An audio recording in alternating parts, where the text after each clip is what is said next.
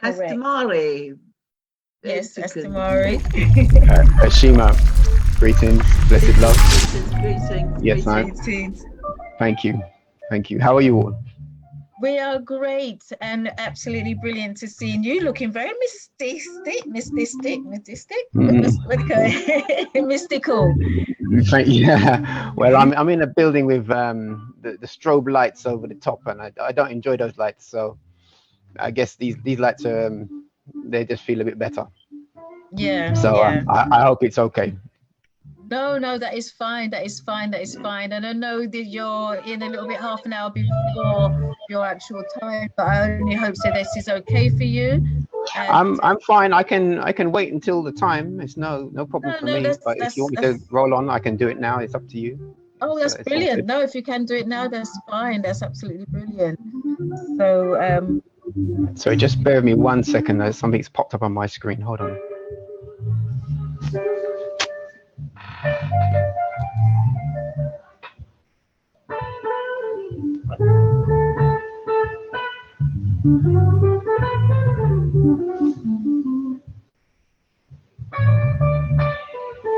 Yeah, that's fine.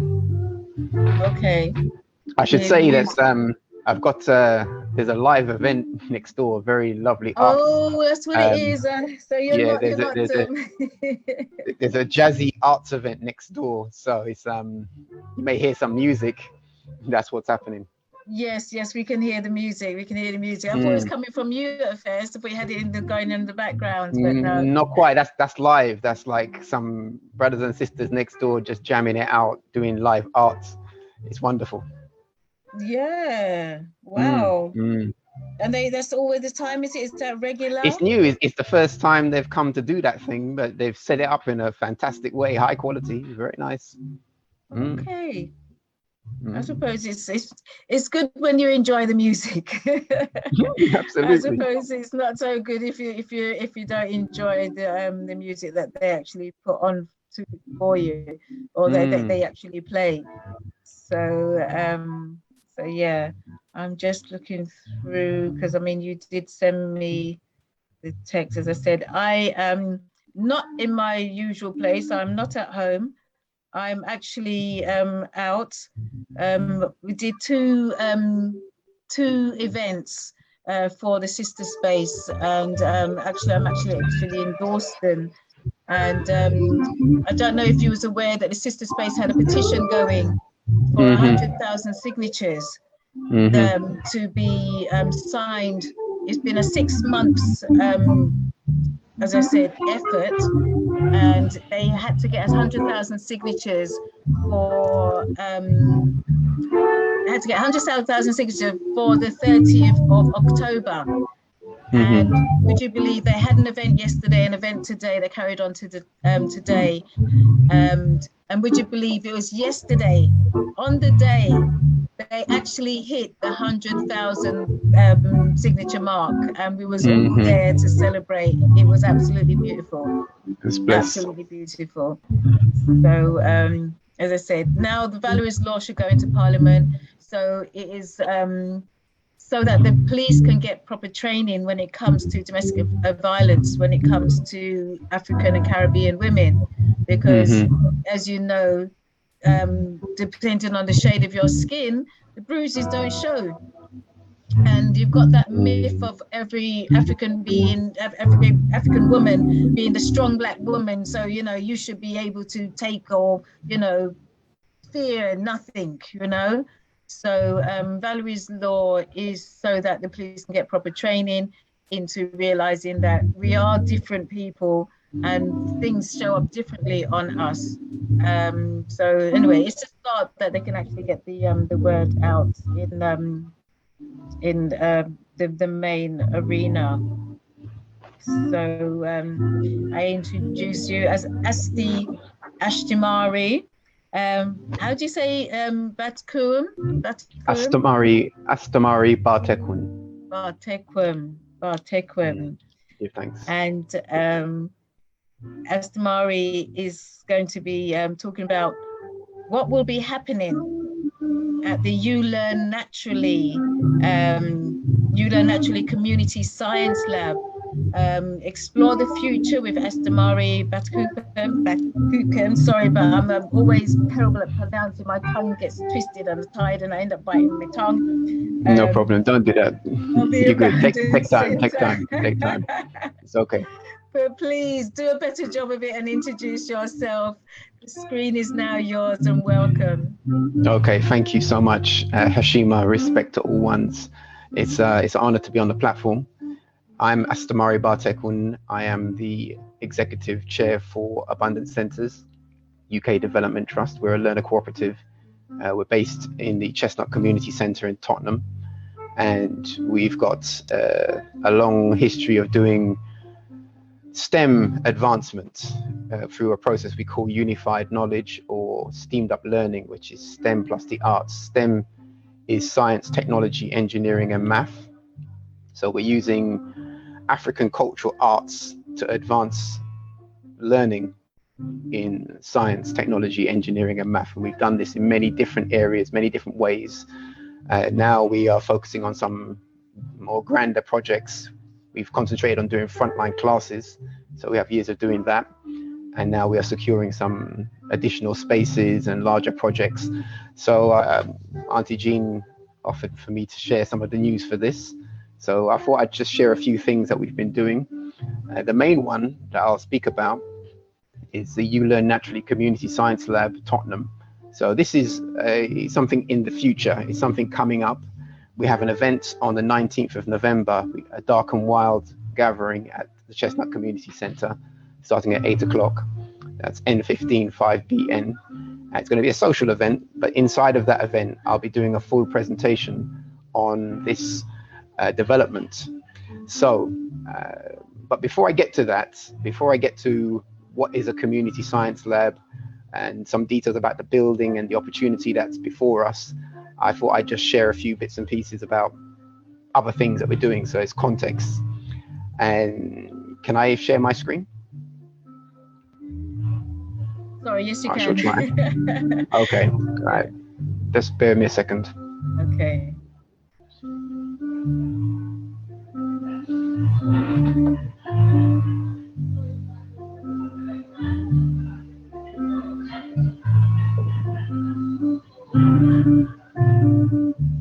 Okay, we'll do it like that.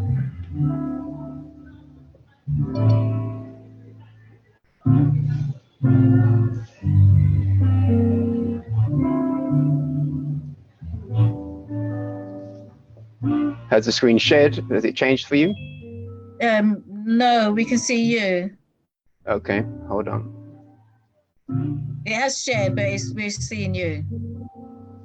Okay.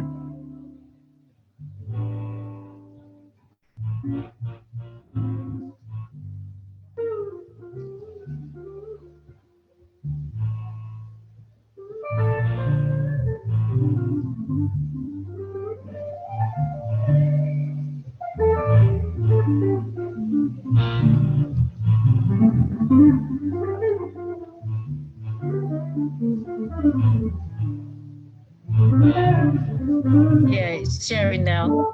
And it's gone back to you again. Okay.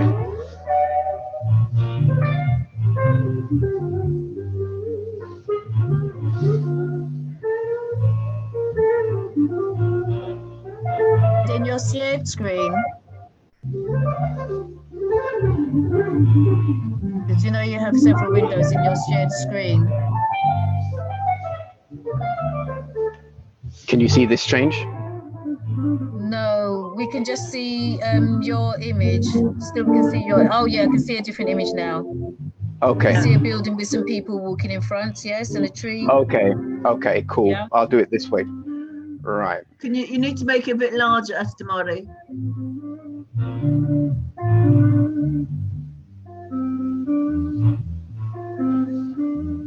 Is that clearer? Well, that's the biggest I have it for now.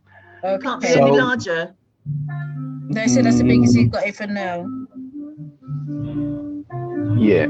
So basically, we are based at the Chestnuts Community Centre in Tottenham. It's on St Anne's Road, which is bang in the heart of Seven Sisters. And over the road from our space, which is based in the Chestnut Park, there is a new development. There's a large hospital space, and 2/3 of that hospital space has been bought by the mayor's office and then given over to Catalyst Housing, who are developing 900 homes, new homes in the area. So it's a big redevelopment. There are several significant buildings which are being retained, not going to be knocked down, and they are being shared out for interim use. So this is an opportunity for anybody who's looking for space to explore this. The opportunity is it's extensive. There's a lot of big buildings, and each building has lots of rooms and spaces which will become available to community use if people pursue it. Obviously, this is open to all people in the area or people coming in the area with constructive things. We have identified this building.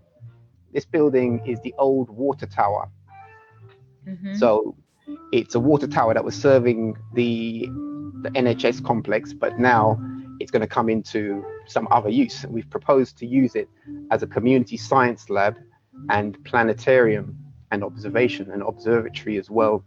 It's got 4 floors and a lot of potential. And through my work, some of you will know, we've been doing British Science Week programs for quite a few years. I've become a community science champion through the British Science Association. So I'm being connected to some different ones, which is helpful. So basically, we have a good quality set of partners coming around our proposal to use this building. Now, let me just sort of rest this point here. So I'll come back to fully unpack this. But before I get into that, I want to just share on some other things we're doing to give you more context. That's wonderful. Can you see this? Has it changed for you? Yes, it has. Like a water thing. You Right, learn. Okay. You learn right, naturally. Right, and see this, learn to build a trike? Yeah, a trike, yes. Okay, this is a slideshow. It's just an animation. It's going through. So before I return to the main thing I want to talk about, and the one we're going to talk about on the 19th of November, which is the Community Science Lab, I wanted to share other developments that we have. We are taking on a building in Liverpool. Liverpool has 5 main regions. So Sefton Council is one of the 5 council regions of Liverpool. They put out a tender to use buildings that are underused into parks. Some of you know that I have a history of working in buildings in parks, from working in Loughborough Park in Brixton, where we started in the 2000s, early 2000s, to being in the Chestnuts Community Centre, which is based in a park. So we have this, I have a kind of clarity about that vibe. So when I saw this tender, I pursued it, and we've won the tender. So we went through a competitive process with Sefton Council, and we've secured this depot, which is basically a space we plan to put in a engineering project, which is to build recumbent trike. So recumbent trike is a cycle where you pedal like you're leaning back, you're pedaling forward, and it's more efficient, but it's free wheel, so it's stable. Anyway, we have the plans for this kind of vehicle, and we've secured some small resources to start piloting this thing, and now we've secured the building to pilot it in. So this animation is showing some things about that, some of the equipment that we will be securing. We haven't quite pinned down all the equipment yet, but we are working towards this. So this is uLearn Naturally Steamed Up Creators Hub Sefton, and our model is basically to work as a learner cooperative. So we'll be developing a local learner cooperative in Sefton, where the local people can take a kind of ownership of what happens in this space. And this will allow people to do advanced learning, because our system of teaching lets us use a project like building a cycle to teach all of the core ideas of math and science, mainly the math. So we have a program called Level Being 9. And just to put that into context again, the Level 9 is a GCSE standard. It's the highest GCSE standard. And most of our children in the secondary schools are not being entered into a position where they can get Level 9. They're not being considered for it. and many parents don't know what level 9 is, so we're not even seeing that we're getting bumped as a community for that. So anyway, we have a program called Level Being 9, and the premise of it is that we only aim for level 9. We don't have a less than level than that. To aim for level 9 means you have to teach and learn higher curricular work. And our model is that you can learn those things through creative projects. So you can learn the advanced math ideas through an exciting project like building this vehicle, this cycle, which would involve the metalworking, involve the design, the computer designed work, the physical metalworking, the physics of how the cycle works, and specialists coming in to support different elements of that thing. So this is one, that's Sefton. This is another project. I'm just touching a few things to give context to the Community Science Lab. So this is more recent. We have been connected to the University of the West Indies, to Mona, and to the University of Edinburgh. And they are doing a project. It's led by a senior at the University of Edinburgh to do resilience, recipes for resilience, which is basically looking at how particular kinds of foods in the Caribbean, foods of African heritage, can, if they are planted instead of other kinds of foods, could have an impact on this idea of climate change or more sustainable ways of food production. It's this kind of conversation. So they're introducing that and exploring it with youth in the Caribbean, and the Black Open University has opened this up so that ones in the UK can access it and explore it, particularly people of Caribbean heritage, to link into what's happening there. And you know, it's a good connection. Part of my connection to this is through our beekeeping project. I'm just giving context here to show some different things that we're doing. I'd like to update everyone, give ones, because I don't often do the presentation like this. So we're doing a beekeeping project. We started that this March as part of this year's British Science Week. We did the science of beekeeping, and after doing all sorts of different, interviewing all sorts of people around the science of beekeeping and the science of bees, we then started keeping them. We secured a small piece of land near to us in Tottenham, and we've started our apiary, which is a bee yard. So we've been doing that and sharing some footage of this. Some people may have seen that. But again, the whole idea is that you can learn math and science through a project like that. And we're demonstrating that. We've got some young cadets who are around that project, and we're learning and developing for this. Anyway, in the process of doing the Science Week, we set up a forum, which is Black Beekeepers Global. And there's quite a few people in there from different parts of the Pan-Africa, from Nigeria, from Tanzania, from different parts of the Caribbean, beekeepers. And so I've made a good friend inside of there who then connected me into this thing, because he's connected to the one for Edinburgh. So anyway, the circle of things is that this project, it started on Saturday. It's every 2 weeks. They're going to do all sorts of creative ways to introduce the ideas and explore them. And if anyone has a young person aged 14 to 18, this will be a good opportunity just to make that kind of connection. And as an organization, we will be following on the opportunities that it opens up. There'll be some things to connect to the agricultural sector in different parts of the Caribbean as an extension of this project. So we're following it through like that. I should explain that Black Open University is a service of Abundance Centres UK Development Trust. So it's the same thing, except that it is more focused obviously on our community, demonstrating a concentration on courses coming from an African place of being, like the Level Being 9 learning, or the Dankira Tawagi African Warrior Dance, or Educating with Unified Knowledge Foundation Course 1, which teaches the pedagogy. Those kind of courses are Black Open University courses, and then there are different things extended around that. So that's this one. That gives a context.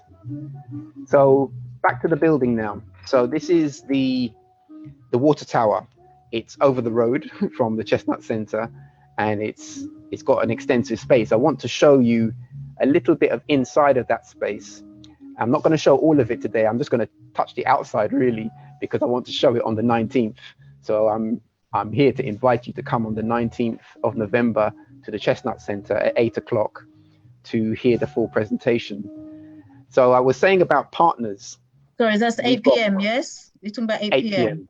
8 p.m. Friday. It's the 19th, Friday the 19th, which is Friday the 19th at 8 p.m. And that will be our Dark and Wild event. And inside of that event, which is a social event, there'll be nice food. We the last one we had Eritrean food, wonderful injera. Those of you know this thing, it's wonderful. So we had the African food, good music, DJs and sound system, and well laid out set up.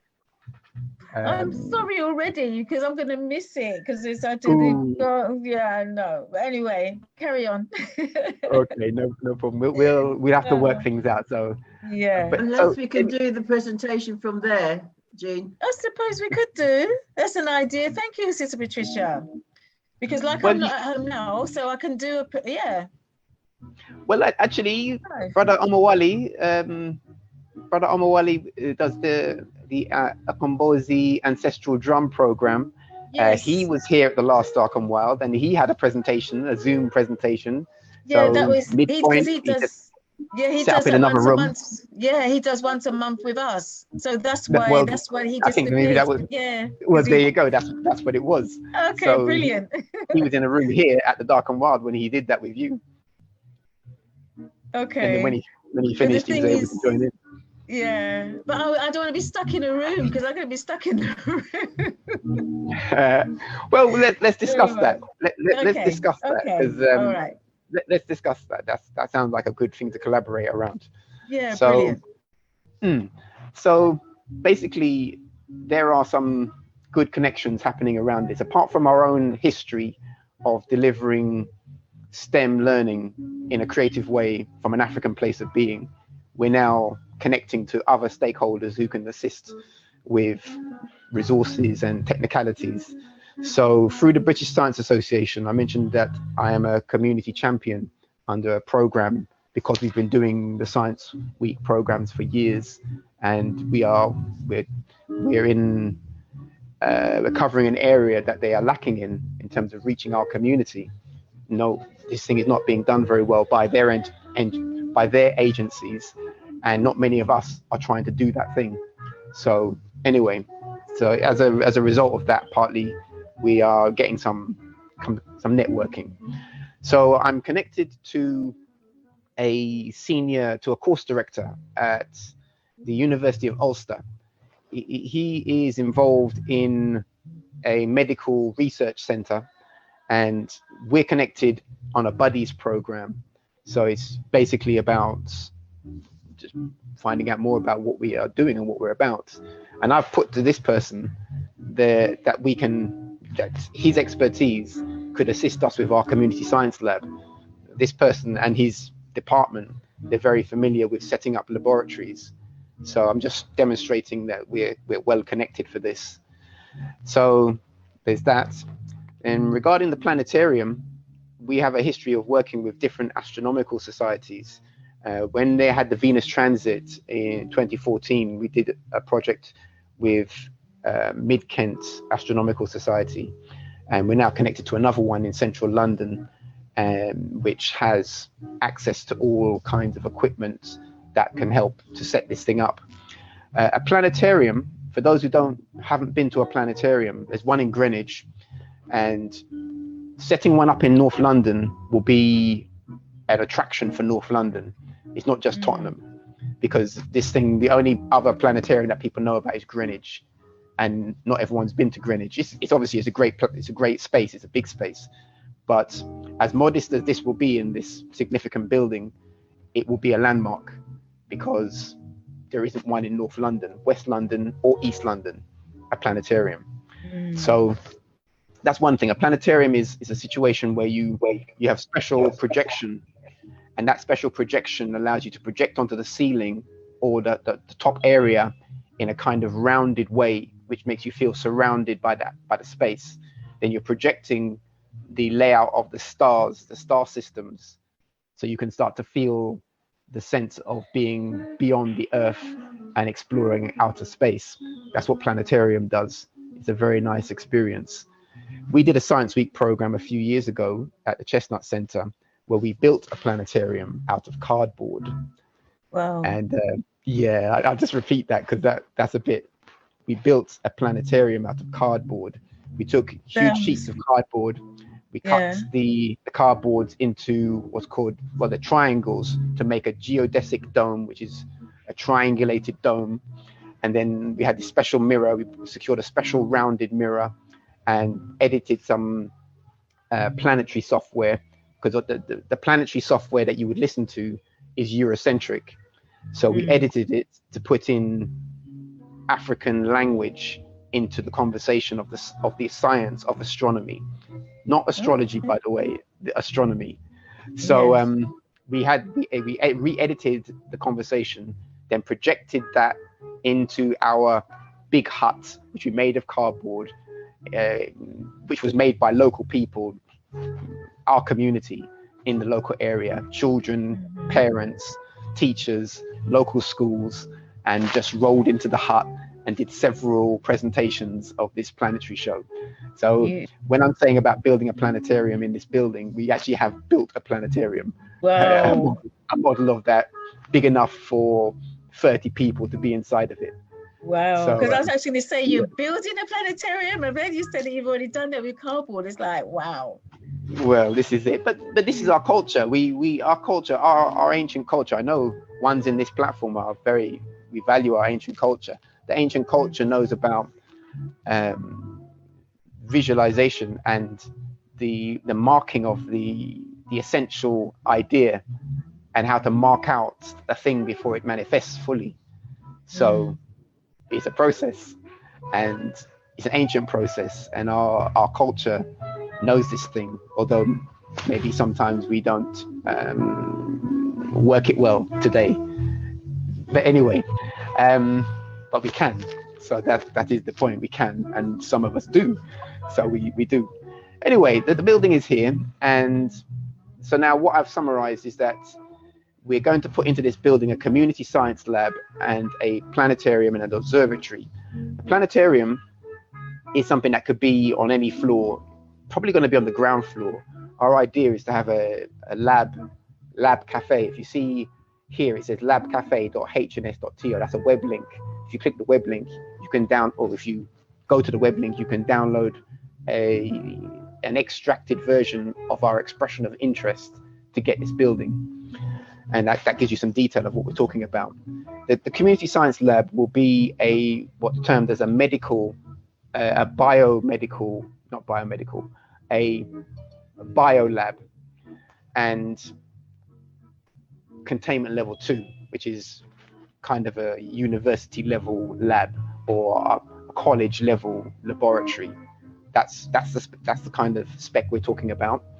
And we are going to focus in there 2 things as our main themes for the laboratory. One of them will be the science of bees, and the other will be the science of hair structures. We have in the past done some programs around hair structure science. This is also an even earlier Science Week program around hair structure science, and we had worked with Dr. Donald Palmer, who is a Black professor, one of the few that we have in the country. He kindly facilitated some programs around this. We developed some resources around it, then we developed a course around it. And so we've gone deeply into exploring hair structure science from an African place of being by approaching the math that you need to know to be able to comprehend the science from an African place of being. And when I say African place of being, I mean we're able to use the full body movement, like dance movement, to make some physics ideas experiential, so you know them in yourself rather than abstractly outside of yourself. We're able to use the instrument of the djembe, the drum, to teach all sorts of things around number, measure, and ratio, but also things like, for example, we have a rhythm, a drumming rhythm, which we call Journey Around the Sun. And I could explain it, but I'm not going to explain it fully right now. But essentially, by working a certain kind of number flow and explaining that number flow, a person can drum a rhythm and visualize them being the earth, journeying around the sun, and knowing which season you're in as you go around the sun based on the number pattern that you play. And that rhythm, because it is an orderly rhythm, it has that flow. It's not specifically a musical piece, but it's a rhythmic piece. And so if several ones are playing this thing, then you have this kind of flow of rhythms.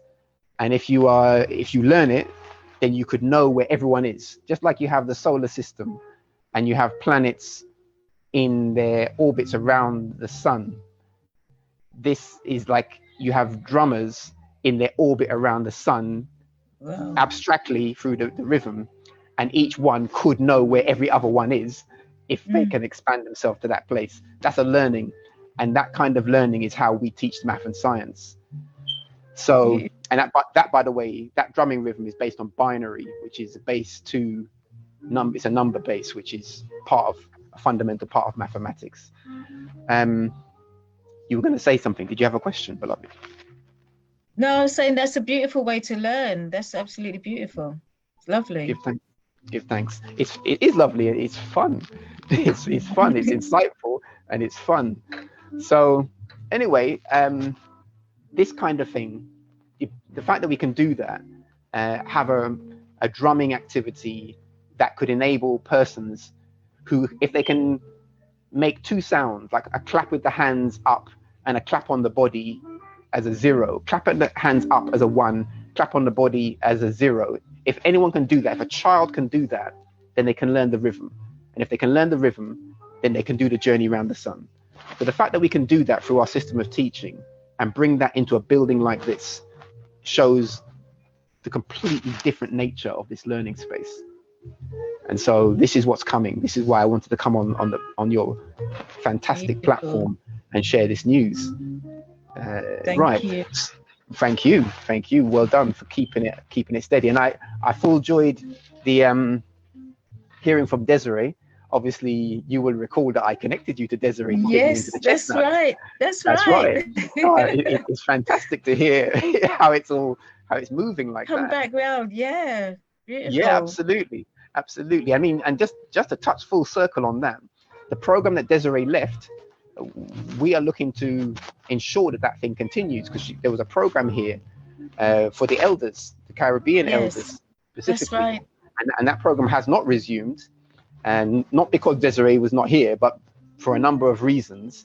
But yeah, we're looking to resume that thing and support its re-engagement, because those elders, they're just out of doors for that, because it hasn't been picked up. So everything is everything, and it's full circle, and it's fantastic to see that she's the champion. That's why she's able to secure a building for you like that. So beautiful. Yes, because I remember taking the group that she had at Chestnuts, because she started her own other one, but the one at the Chestnuts, I took them to where did we go? Kew Gardens. Took the elders on a trip to the Kew Gardens, and there's a lovely group of people. Lovely. Fantastic. Yeah, well, then we'll have to re-engage you for that and do more of that kind of thing. So yeah, that is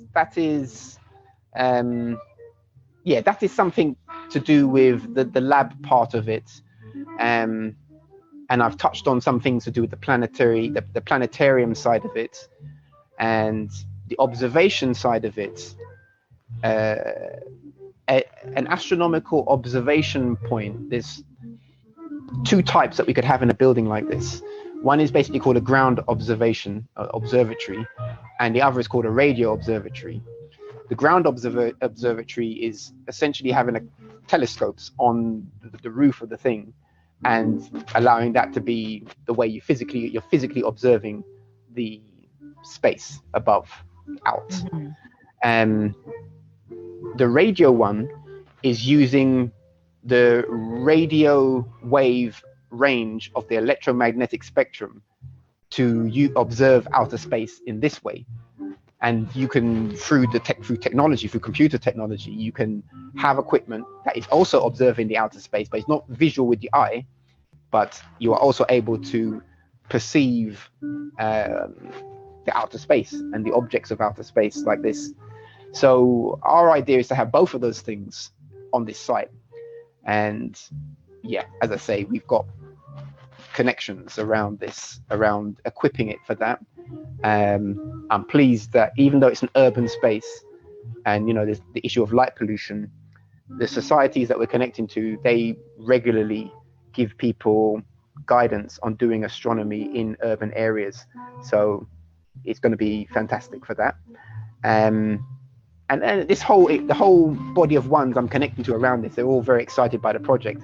But my concern is that to make sure that our community can see it coming, and that we are as engaged as we can be.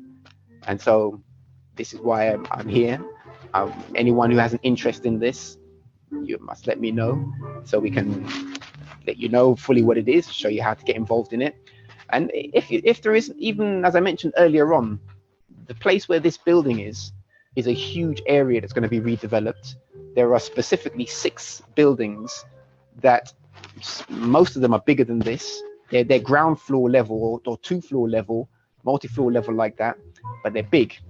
And those buildings are going to be turned into an interim use space, maybe put out as workshop areas, office areas, and event spaces, stuff like this. They're doing the agency Catalyst, the housing association Catalyst, who are the developers, are doing consultations around that. They did an event last month, and we opened that event and closed the event. We did podcasts around it.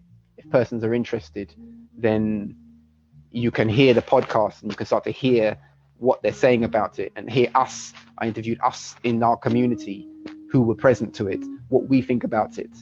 So yeah, especially those ones interested in well-being, because the building, the estate, as I said, it's being carved out of part of the old NHS hospital site, and so it's still next door to a hospital, and it's got a huge green area in the middle, which has been labeled the Peace and Wellbeing Garden. So it seems to me they're trying to retain this theme of well-being. And my thought in this is that it could really be a village, like a well-being village. I don't think they have a vision for this. Right. Catholics don't have a vision for that. They have a general vision for it, but not in the way that I think members of this platform would visualize a well-being space. Yeah. But there's an opportunity to engage with it and secure it. It will mean fighting for that, and, you know, dealing with all of the normal nonsense that we get faced with when we try to tackle these things. But I think it's worth doing it. And so anyway, it's there, it's open to others to explore it. Let me get to the next thing. So has the screen changed? Yes, it has. Right, so this is just to give a sense of our level being 9B yard, which, as I say, is in Tottenham as well. It's not far from where our office is.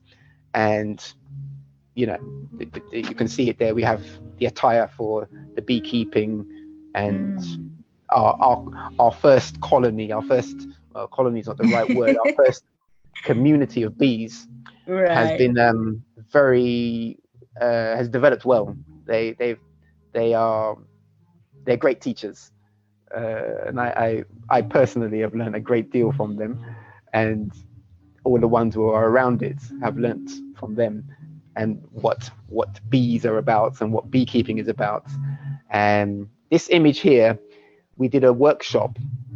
The hive, the beehive, on a conventional beehive, you have frames which have a sheet of wax. The bees make wax. They make the wax from their body. They have glands that secrete the wax.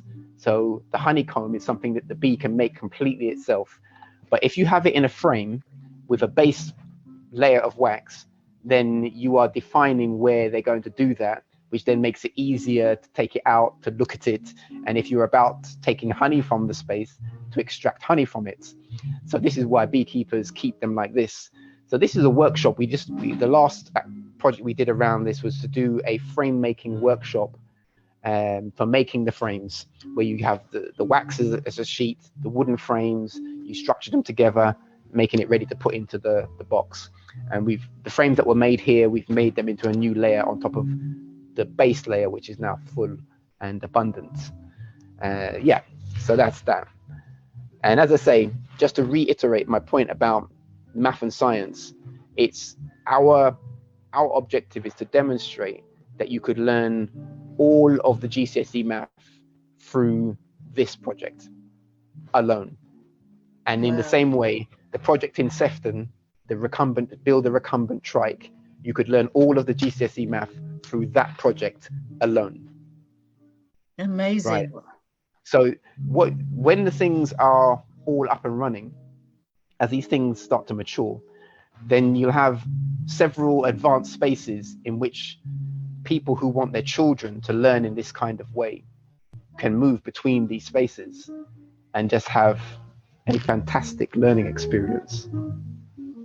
Level 9 is about, let me put it in a language I think this platform will respect. Level 9 is like touching your own supreme being. It's tapping in, that's what it means. They don't say that in the GCSE. If you say GCSE level 9, they're not going to say anything like that. But the idea is to tap into your own genius.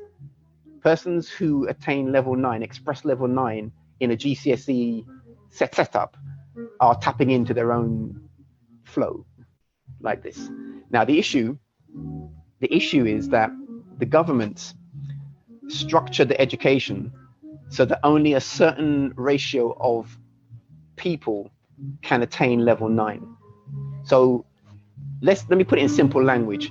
Let's say you had 100 children and somehow 50 of the children were expressing level 9. The government system couldn't accept that. It needs only, if it defines that 5% should be doing it, only 5 of them should be getting level 9, then they will find a way to make sure that only the 5 of the very best of those 50 get the level 9, even though 50 of them were actually expressing that thing. Now that's the system that we have as our national education system in the UK. Most parents don't know this thing properly, and so we're bumped for that.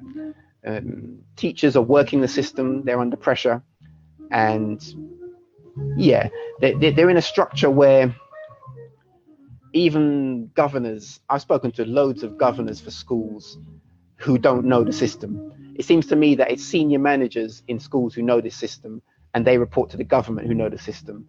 But generally, it's a factory in which you stratify the learnership, so you always have a batch of young people who are foundation tier students, meaning that they can only score from 1 to 5 in their GCSE results. They cannot score beyond this because they don't have access to the work or the testing to demonstrate level 9. They cannot do it. So if they're put in foundation tier, when they enter secondary school, which often happens, they're tiered early on in secondary school. It's very difficult for children to get out of that. And if a parent doesn't know this thing that I'm explaining now, pretty much they've got no chance unless there's a teacher in the school that's just got heart for that. And that's rare. I mean, teachers are obviously good people, but many of you will know, many of you are teachers. I know we are teachers. You will know that the life of a school teacher is pressure.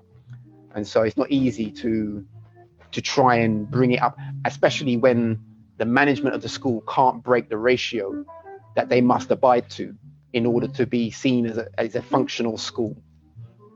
So the answer is to completely come out of it set your own structure, allow children to learn the full curricula to the level 9 standard, and then enter them into the GCSE independently and have them tested independently in a way that the system can't pick them off to say you've come from one place because you just independently entered. That's the model that we're talking about. And in order to do that, you have to have advanced projects, and you have to have teachers who can unpack the learning from this kind of position, where, for example, these ones in front of this beehive, they should come to value, obviously, the biology and the chemistry that's happening inside of this. But the biology and the chemistry sit on a basic competence of mathematics, and that sits on a basic value of number, measure, and ratio. And number, measure, and ratio are classic Kemetic cultural values, ancient Egypt, number, measure, ratio. So that's the thing. Level being 9, more detail mastery. On our level being level 9, mastery program. Detail on level being 9, mastery program. Wow! Mastery program. Level being 9, mastery. So back to the building, yeah, and here, this is the building now. This is a tour of the building. Can you see this? Yeah. Right. Okay. So I'm not going to go. The tall door. It's a bit abstract because it's a 3D touring thing. So like if you go like this way and that way. I mean, let me just to so you get proper. Right. So this is the same building, and we're standing like. It is massive. That's why it's good to see the physical thing. So. Right. This is the future. The architects have sketched out this modeling of how that building is going to look, and it's on a kind of high road. This whole estate, by the way, they are de-vehicleizing it, so there won't be many vehicles around here in terms of the residencies. They've capped the number of homes with parking bays. And they've increased the amount of cycle access. They've designed it from the route so that it's a very vehicle light zone. And inside of the whole center of that is a green area. So it's going to be a very green area. And all being well, it's going to run right onto this green area, which is the Chestnuts Park. So, I mean, there's a wall here. There's a wall between the space, and they've got some ideas about keeping the wall, but I've heard some ideas about taking the wall down. If they take the wall down, then it's going to connect the whole area in a very different way. But I'm speaking on something that is a bit, I am in a process of starting a campaign about that, because that's something else. But anyway, this is a visualization, and this is the whole point about being comfortable with the math and the science and the engineering. Because when you're comfortable with it, then you can start to plan out a thing like this and argue about it and define it to the way that you want it to be. So this is the visualization, and this is the actual building as it is right now. As you see, this is what it looks like now, and that's the sketch of what it is in the future. So let's go inside. Now, obviously, this building is abandoned. It's been not used as for people in any sort of way other than a water tower. It's a functional water tower. I have a video on our website with Neil deGrasse Tyson, who's an astrophysicist, explaining the physics of a water tower, because they have them in the States. Cities still use water towers. The basic idea is that if you fill up a water tank very high, then if you run out of water because of some pumping issue otherwise, because you've got that reserve very high, it will be able to flow and service all points on a lower level because of the physics of that. And this is why it's important to have water towers as a backup to other systems of pumping water. And obviously water is important for life, so people value water towers. That's the gist of it. Now, I'm saying this about the state of the building because it's rough right now, but this building will be completely renovated. And so I showed you the sketch so that you can see this is going to be transformed. Right. And the point now is, will it be transformed into a way that we would like to see, or will it be transformed into a way that some other set of ones would like to see? The competition for this, by the way, is, you can probably hear they're having a real party next door now. Anyway, there are agencies around this project who have a history of gentrification in Haringey. Now, I'm saying that because I've been advised by people who have studied them and their work. I don't know them personally for that, but we have colleagues of African heritage who know them and know that they have a history of managing spaces like this and turning them into gentrified spaces. So if we don't secure this building, it will be gentrified, and there'll be some art studios and some workshops, and our community will just not enter the space unless they are like that. They can sit in the gentrification club and just be okay, which a few of us can do, but it won't get the utility that I'm talking about, that we need. And they need to diversify the imbalance that has happened over the decades of education in this place.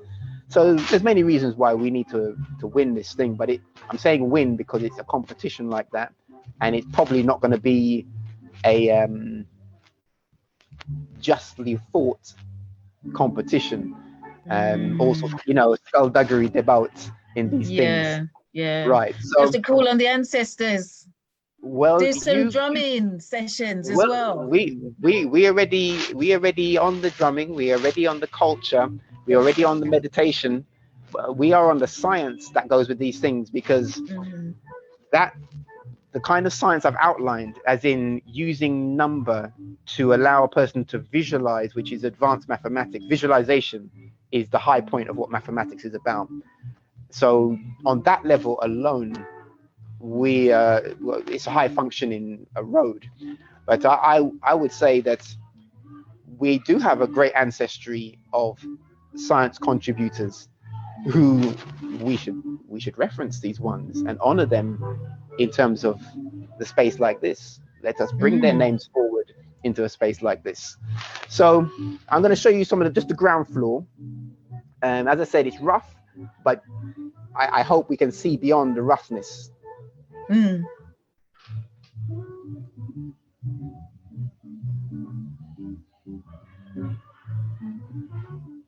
It's not still functioning as a water thing, is it? So well, it's got all the equipment is still there. It is actually functioning as a water tower. They've all the setup is still there. The top floor still has all sorts of a setup, which I'm a bit curious about what they're going to do with that, or what the idea is. But even if we have to work around that, there's still enough space that is empty. Like these rooms are empty here. That's right. Yeah, there's enough space. Right. These ground floors. My idea for this. But by the way, there's a stairway in the middle which is very steep, because it's not made for regular people as such. So probably we're going to have some external lifts. I'm proposing that we have outdoor lifts on the outside of this building. But it's possible to even have a lift on the inside. And those developments are within the remit of the developer to do those things, based on the people who are using it demonstrating successful use for it. The interim use, the idea is that it's used in the interim while the bigger digging and renovation of the whole estate is going on. And when it demonstrates itself, then the developers will support the building being transformed permanently into the thing that it was used for the interim, if that interim use is a successful thing.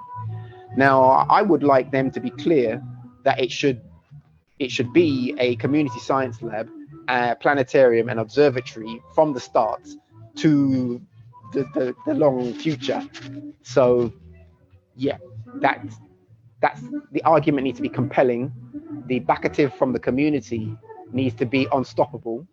And so I'm very happy to be on the platform sharing it with you. It's the first time I'm sharing it like this in the public space. Thank so you. I respect the platform like that. Yeah. So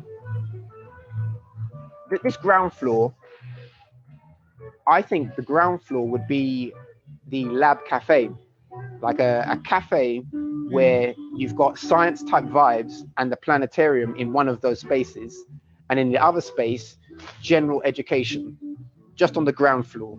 Then on the next floors are the laboratories. Laboratories need to be secured differently. It's not a space that people can just walk into. They have to have a clearance or a training or a purpose, obviously, to go in there. But it will be made accessible so that people with community projects, let's say you live in the area and you're curious about something that you want to study, you could arrange to go into the science lab, get in front of some equipment, have had the training to do that, and then start looking at the thing and studying it with a space, a facility that you normally wouldn't get. That's what a community science lab is. That's what we're talking about. And to raise up the capacity of people to think that way and to function that way. And obviously, inside of that is a space for children to learn, easier access, a different way to get to it. And as I say, we're going to anchor the beekeeping and the hair structure sciences as core programs, but other people can bring other things into the space. Yeah. So this is the ground floor. I want to show you, I'm not going to go upstairs in this tour. I'm going to save that for the 19th of November, Friday the 19th, 8 p.m. at our tour. This is the building. This is a 3D view of the whole building. Wow. It's a big space. It's a big space. It's a big space. Right.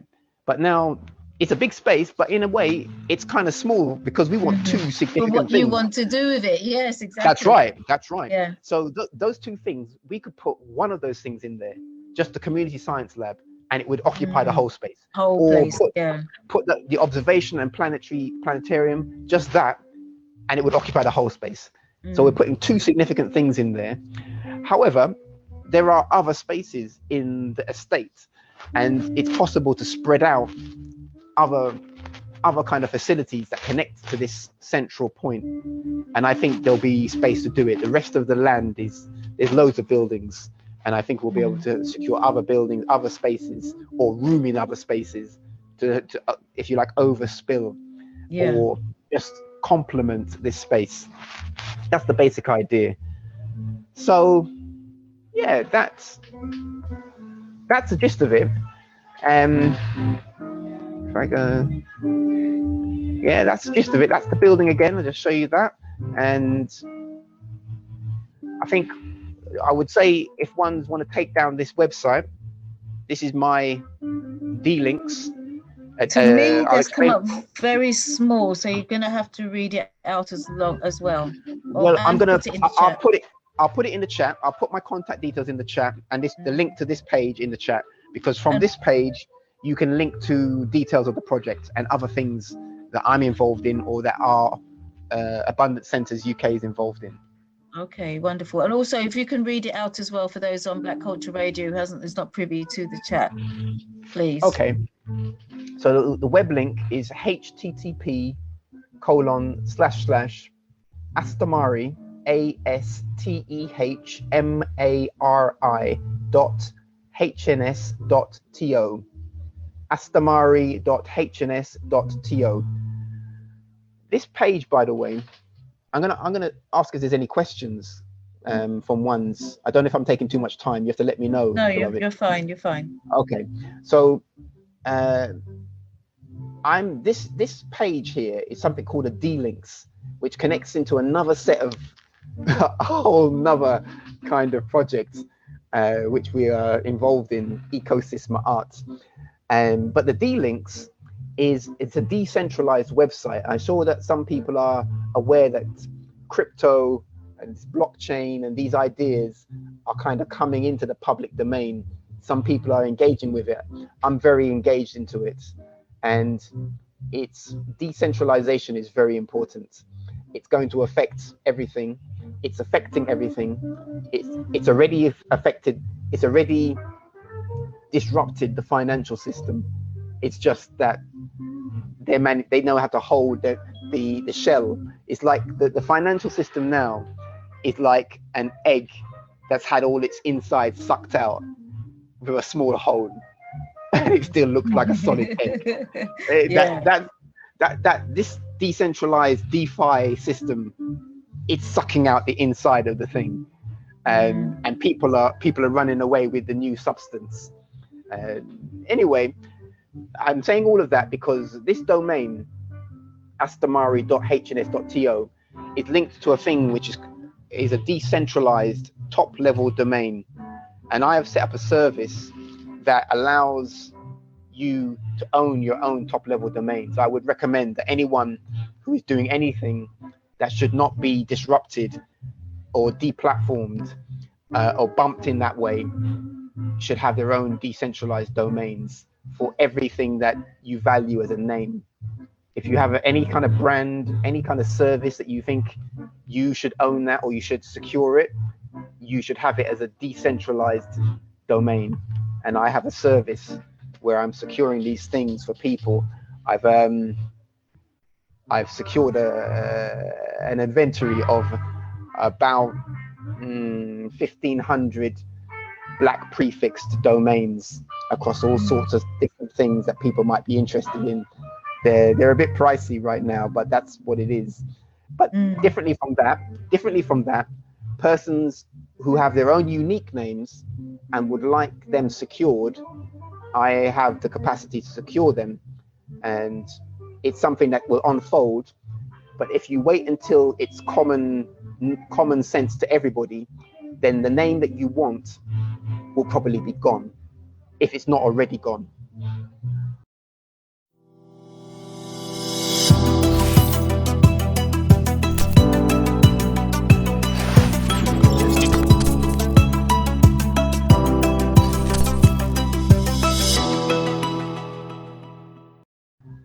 Right.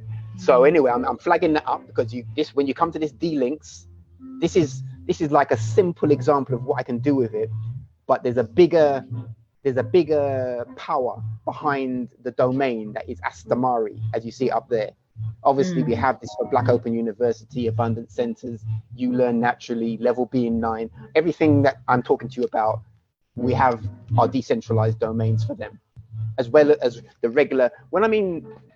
Just to compare it, a regular domain is like .com, .org, .co.uk, .net. All those things are top-level domains, but they are owned by central entities that can remove you from their platform. I had this happen. Let me tell you a story for this. I had this happen at the beginning of the year. On the 1st of January this year, I received notification from the .eu registrar telling me that because we, the UK, Boris and his crew, left Europe, I could no longer have blackopenuniversity.eu because we are not in Europe. Oh, right. Right. So I was deplatformed for that. Now, that domain, we chose that because the vision of the Black Open University service is to bring its remit across African Europeans or Africans in Europe and other related interests. But they set aside our vision and deplatformed us. And so the only way that can be secured is for me to move our organization into another part of Europe.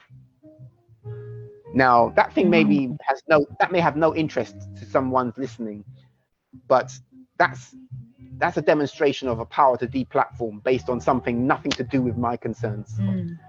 But obviously other people who are speaking about things, issues that they are concerned about, but maybe Facebook.com, .org, or some next set of entities don't want you to say those things and deplatform you, You should, before you build your work on one of those things that can be deplatformed, you should build it so that the first thing people see is your decentralized reference. So that if you put it, like some of these links here, they go to websites that are regular websites.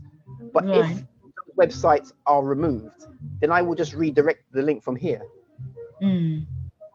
So that it's not deplatformed in that way.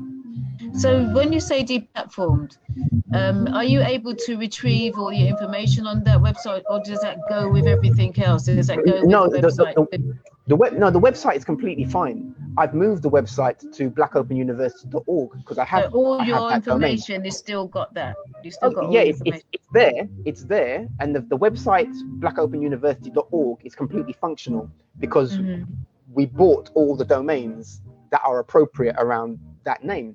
Okay. But we had used .eu as the main one. For example, we produce resources. You will see, if you look at some old resources, you will see, for example, blackopenuniversity.eu/level being 9 as a link to the level being 9 program. That link is broken now. It's broken. So if someone sees a video and they try to follow that link, it won't work. It's not gonna go. That's right. If they change the .eu to the .org, they'll get to the right place. But they're not going to know that. They're not going to know that. And yes. But I'm in a process. We're in a process. We're correcting that over time. But really, I can correct it because we're technically savvy like that. That's not really the point. The point is that agency, that registrar, had the capacity to tell us you can't use this domain anymore. Yeah. You can't use this. And that can happen with anything. .com, .co.uk, .net, all of them, it can happen. So and nothing's safe, really.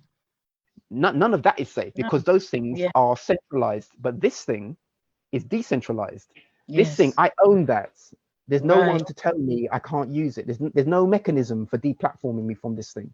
In the way that there's no registrar to say we don't think you can use like this the anymore. content of what you're doing. That's right. Yeah. That's right. There's nothing like this. Decentralization has disrupted that thing and allowed me to do this. And I mean, everything on here, in my opinion, there's nothing on here that any entity should want to deplatform, other than the fact that we are obviously advancing constructive learning and intelligence. But on a level of using language that is commonly being barred, blocked, throttled, decentralized, deplatformed, I generally don't do that. I don't have to do that to communicate what I have to communicate. Right. So anyway, but still, we have a service, and that service is called libertyordeaf.hns.to. And that service, people can commission us to secure the name that they want as their decentralized name, so that they have it.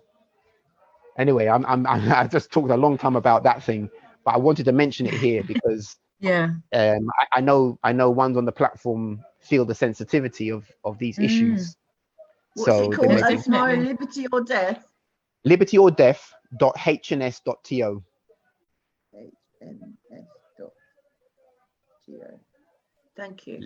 And just put the http:// just keep it basic like that. It will take you to the link and it will take you to the website. The website is built on a regular domain, but the link I'm giving you is decentralized. When we promote it, we only promote it through this. So that if that website is, for some reason, someone decides that they don't think we should have that thing, then we will move it and just change the link. So when you go to that link, it will take you to a place where you can get the thing you went to get. Okay. It's bigger than I'm saying though, this is not the space to talk about the technicalities of why decentralized domains are important. It's important for Africa. It's important on many levels.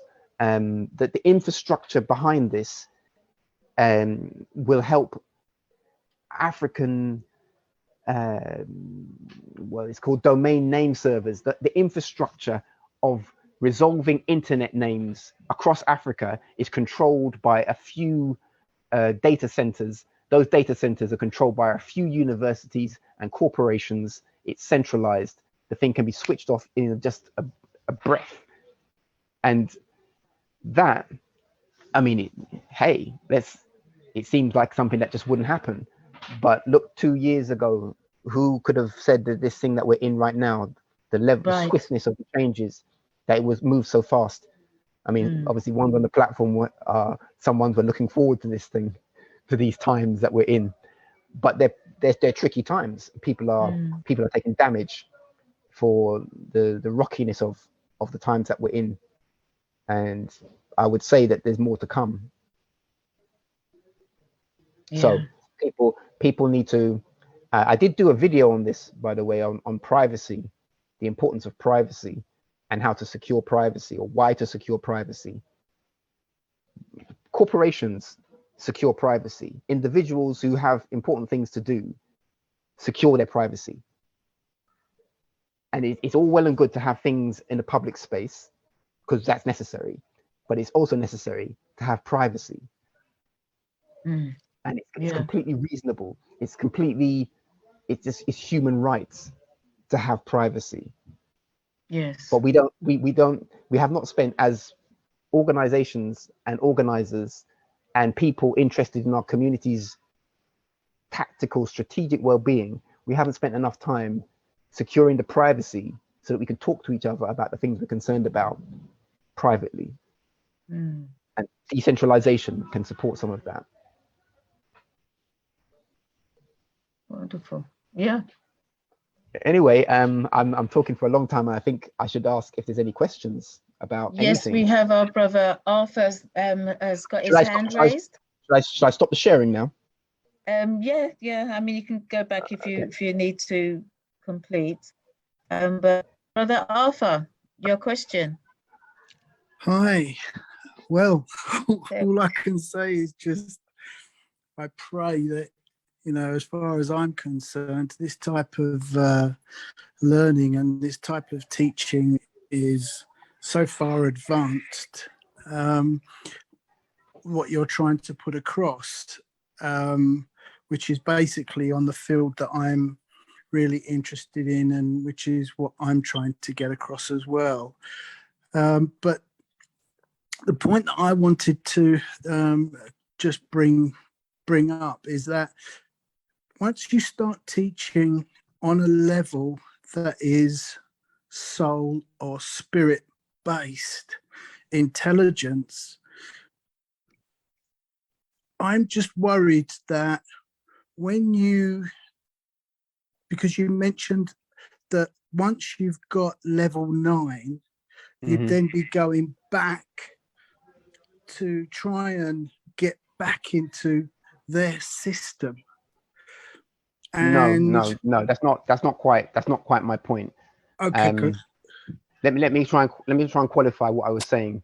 Go ahead. So the standard system of GCSEs, anyone with a child in secondary school, if your child is in secondary school, they're more than likely 99% they're doing GCSEs. They're studying some GCSE curricula if they're in a secondary school.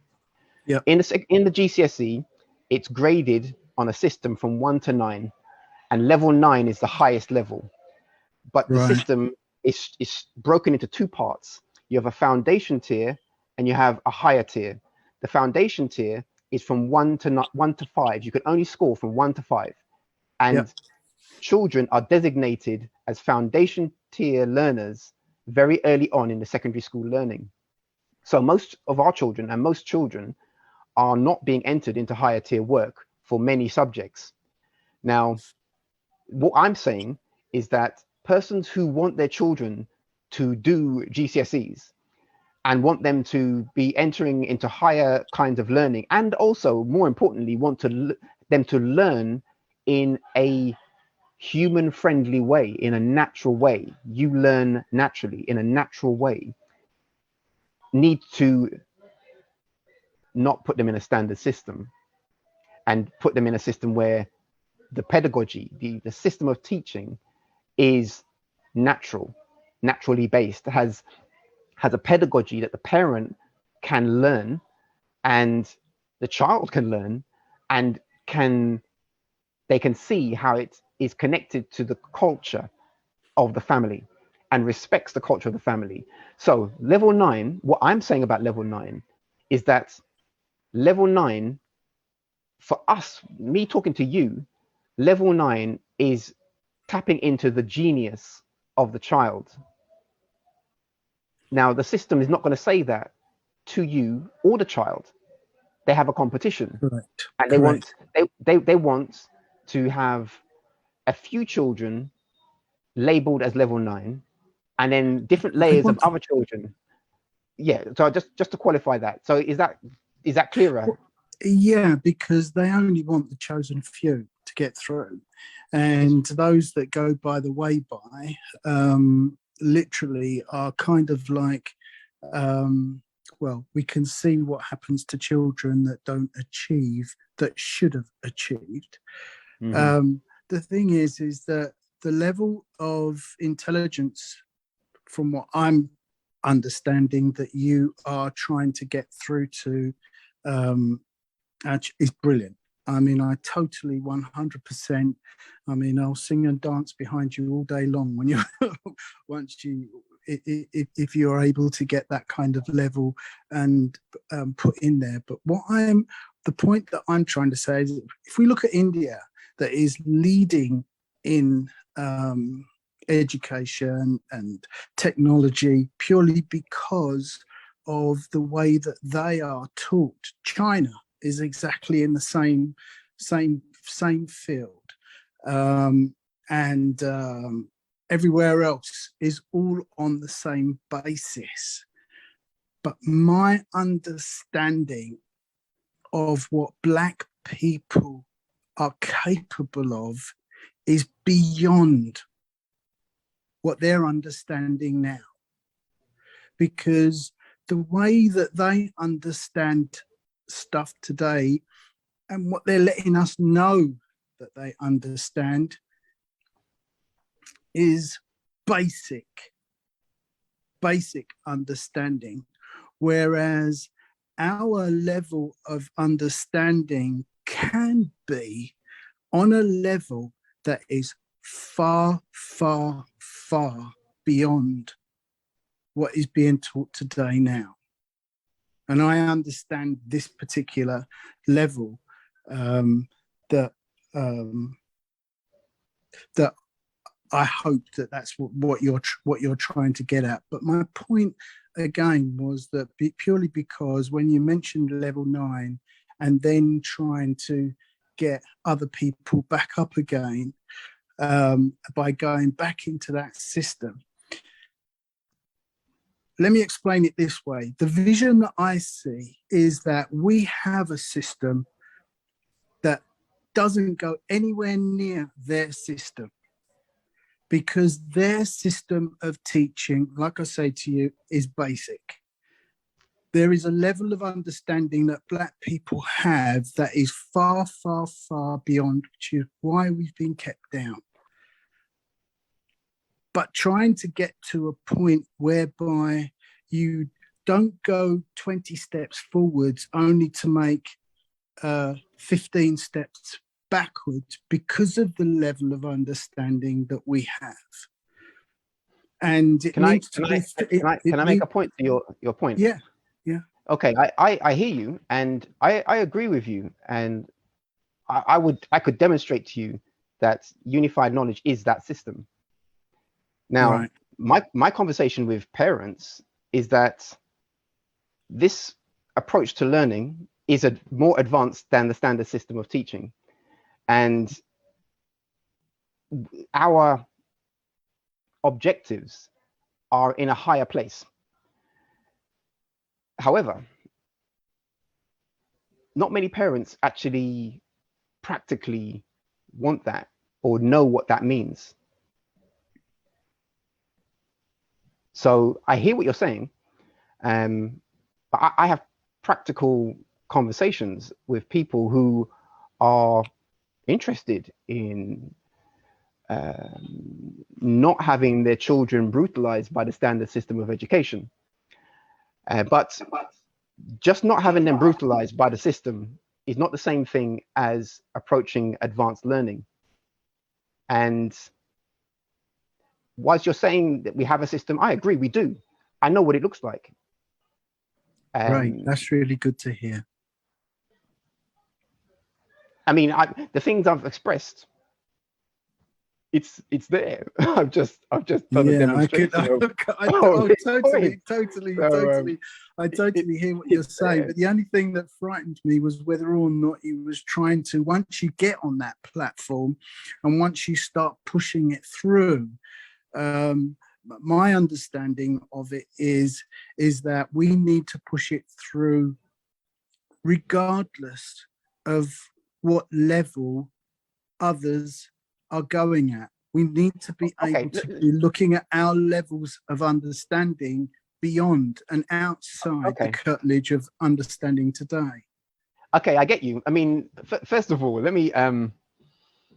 I don't do understanding. I'm not one for understanding. I don't use the word. I don't accept the word.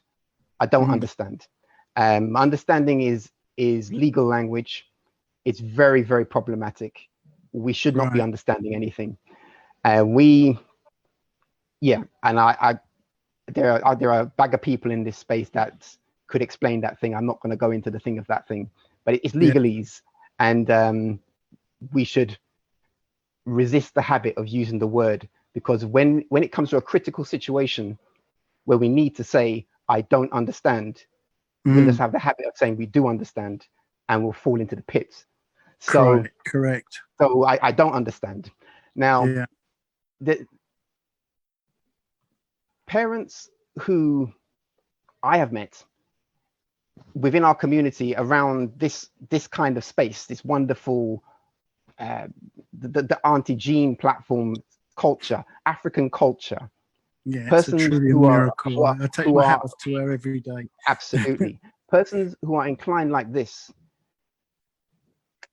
still speak or want their children to attain GCSE results if they've got them in schools. Now, there's not many that have taken them out of schools to the level of complete home education, but even ones in full home education, let me stick to the point about persons who want their children to attain GCSEs, because this service I'm talking about, it requires resources. It requires resources, and a completely sovereign system needs to be resourced by the members, by the community, and there's a cost for that. And I haven't yet seen for want of a better word, a market of persons who are willing to resource the cost of a learnership, where when I say your child will learn and attain standards better than the GCSE, we have our own mechanisms for the testing and our own ways of doing the awarding, and this thing is superior to the GCSE and the other standards, that thing is respected. Now, my way to prove it is to say that it is superior. On the way to it, we'll pass the GCSE level 9, so you get that thing as well. And that seems to cover the ground. As in, if our way, you've said our way, we have more advanced ways, I agree. If they're more advanced, then we should be able to encompass these basic standards. Not many people are tackling that. I'm tackling it, we're tackling it. So our argument is clear. Your child we are only going for level 9.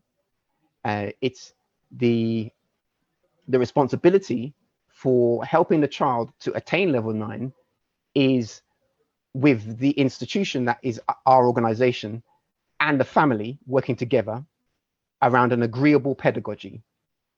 That's where the power is, that we have agreed a system of teaching that respects a certain kind of cultural set of values, that respects a specific set of objectives, and that respects a specific set of principles, processes, and protocols, which is the pedagogy. Now, not many people want to do all of that. So there's a gray area. And when you say that we've already got it, I'm talking about, if you like, institutionalizing it so that it's a solid structure. It's a proven structure that people can just use it like they use other things. People need that. In this society, people need convenience. It's just a practicality. Not many people are dropping convenience on that level, if you see what I mean. But let me I'm happy to hear any more comments from yourself or any others. I'm glad to reason it out. I'm glad to hear I think that what you're doing is absolutely marvelous, and I really take my hat off to you with the direction that you want to go in. I mean, it'd be great to have a conversation with you, if nothing else, by looking at the different levels of internet that you're trying to open up, because that is definitely a way forward that we need to go, because of being shut down with our technology. And then the technology that once we progress it will then be just taken away purely because of funding. And what we need to be able to do is to have a secure and private, so that we can develop and create our stuff and be able to go forward with it as we grow with the income that we will be provided with. So I totally take or that we generate the income that we generate in our own self-sovereign ways.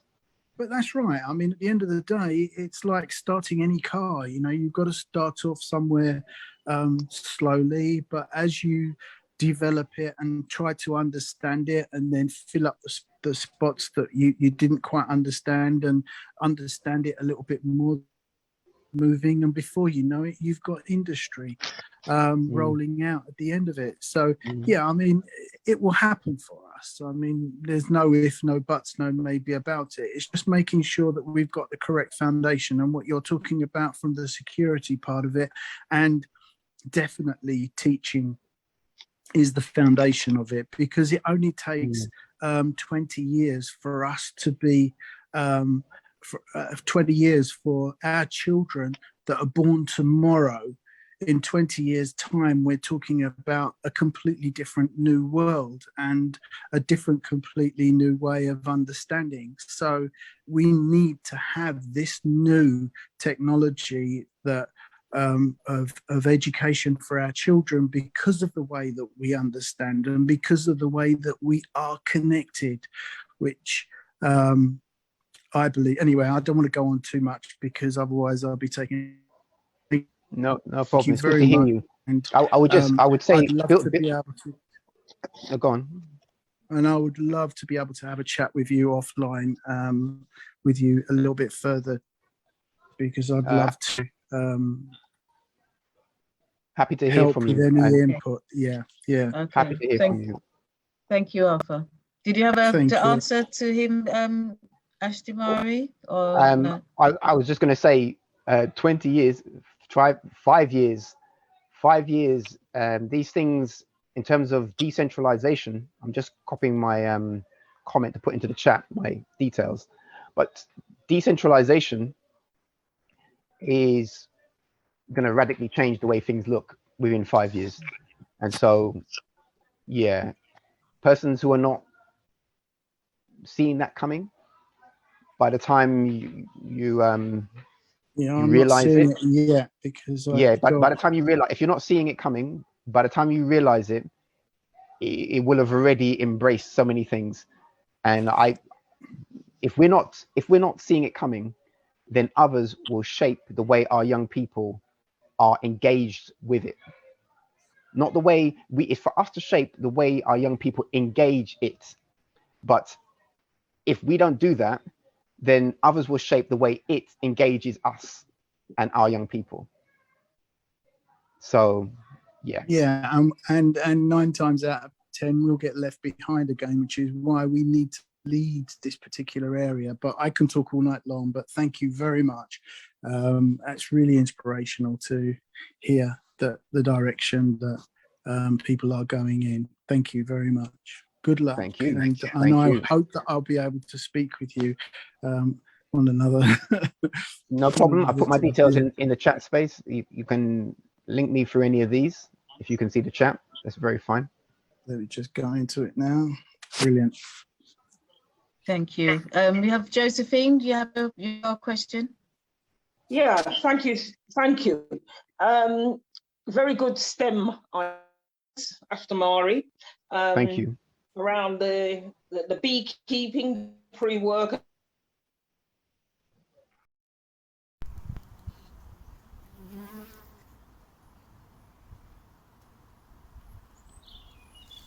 Can you spot any drones? I think these are just work. I think these are just workers.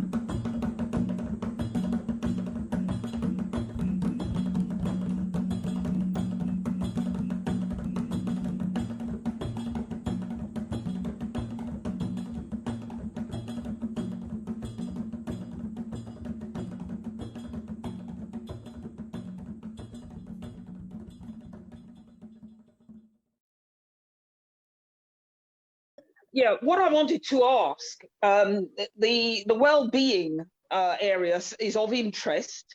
Okay. Quite curious about how something could be done in that area. But you say there's going to be a competition. Yep. And can I ask, for the person who wins that competition, who is funding the cost of the building work? Okay. So on the front level, the developer is going to fund the interim change of the buildings. Like that building and the other buildings will be made fit for purpose. The developer will cover the cost of this thing to make it functional so that people can work in it in a safe way. Some of the other buildings, so then do you lease your space? Is that how it's done? You then would lease the space from them, would you? Well, more than likely it will be like that. They are engaging an agency called Project, who are based in Haringey. who have experience of managing workspaces and renting out, leasing, making arrangements for people to use workspaces. Okay. So the Okay. developers have engaged another entity who were in the winning bid to the mayor's office, and those people are going to be the mediators of rental, lease agreements, use agreements, this kind of thing. Right. But at the moment, the developer is taking a lead role in communicating with communities about their interests. Right. Okay. And for the so it's quite interesting. You say it's going to be leased, but you did mention something about having access to the facility for an interim period. Yes. And so are there some numbers around what that interim period would be? How much is that? A number of years or what? Okay. You're going to be, there's the planetarium, there's all sorts of things that are going to be put into that space. So you would imagine it would be for an extended period of time. Okay, so it's the numbers in terms of time is like this. The consultation should be complete within 3 months. Then between 3 and 6 months, people should start, the building should be being transformed to make them accessible so that people could use them in the interim. So then people will start to enter those spaces for whatever has been agreed for them to use, or they've secured agreements to use. In 3 years, approximately, they're going to do the big digging to transform different phases of the housing development. And in a phased way, they're going to bring in raise this estate from the ground, bring down the old buildings of the hospital, raise up the new housing estates. Between the 3 years and 7 years, in 7 years, it should be complete as a new housing development. So interim use is between, let's say, 6 to 9 months from now to 3 to 7 years time. Then after that, when the whole thing is built up and the interim period is considered complete, then there'll be some process to decide whether interim use should continue in that way. Should things be used in the way that it was used in the interim? Right. A lot of renovation work's being done there. That's going to be very costly. And people would like to think that they would have such a facility for up to the 7 years that you mentioned. But then you've got to be able to cope with the leasing structure as well. All right, thanks very much. And No problem. say that you've got the children who are going through that system. You mentioned that they were building for the beehives, they were building the shelving structures that go into those beehives. That's right. So and then you're talking about those children having many learnings which enables them to get beyond a level 9 potentially in GCSE mathematics. So that's right. Are there any other children beyond those who were, they've started the kickoff work with building the beehive structures? Are there any children that have gone through this system at all as real guinea pigs? So you've been able to say, look at their development as they've gone along. Are there any? Yes, there are. We've had children, we had a pilot phase where we did full-time learning for a number of cadets. We have a program which is level being 9 preparations for mastery, which is something like an after-school service, and then level being 9 mastery, which is full-time learning and subject to the desire and capacity of the family. They determine a number of days of full-time service. Inside of that space is full-time learning towards level 9 work. And inside of that are connections to many different projects. These projects I'm mentioning, these are the current things in front of us. But there are things in the history. Are they homeschool children? Are they mostly homeschool children? Yes, that's right. Right. Okay, thanks very much. Some of the ones who went to the level B9 preparation for mastery, because it's in a time slot that's like an after school provision, then some ones from after school came to that. But even most of the ones were homeschooled who were coming to that. And then the mastery program, as it happened, quite a number of them were sports children, children who had shown great talent for sports, and their families had were willing to commit the resource for them to go down that professional road as a child entering sporting things. Now that means you have to take care of their education differently. And so we became that provision for those ones. But differently from that, there is a whole domain of people doing home education. The challenge, I think, for us is that to provide the full-time service it's a costly thing, because you have to have obviously all of the quality assurance, all of the safeguarding, all of the proper infrastructure to do it competently and to be transparent with what's happening, and that costs money. Indeed. Thank you so much. Thank you. You know, you need a project plan, without a doubt, a huge one. But that can be done, you know, with the right people surrounding you. Are you a project planning person? I have led projects, yes.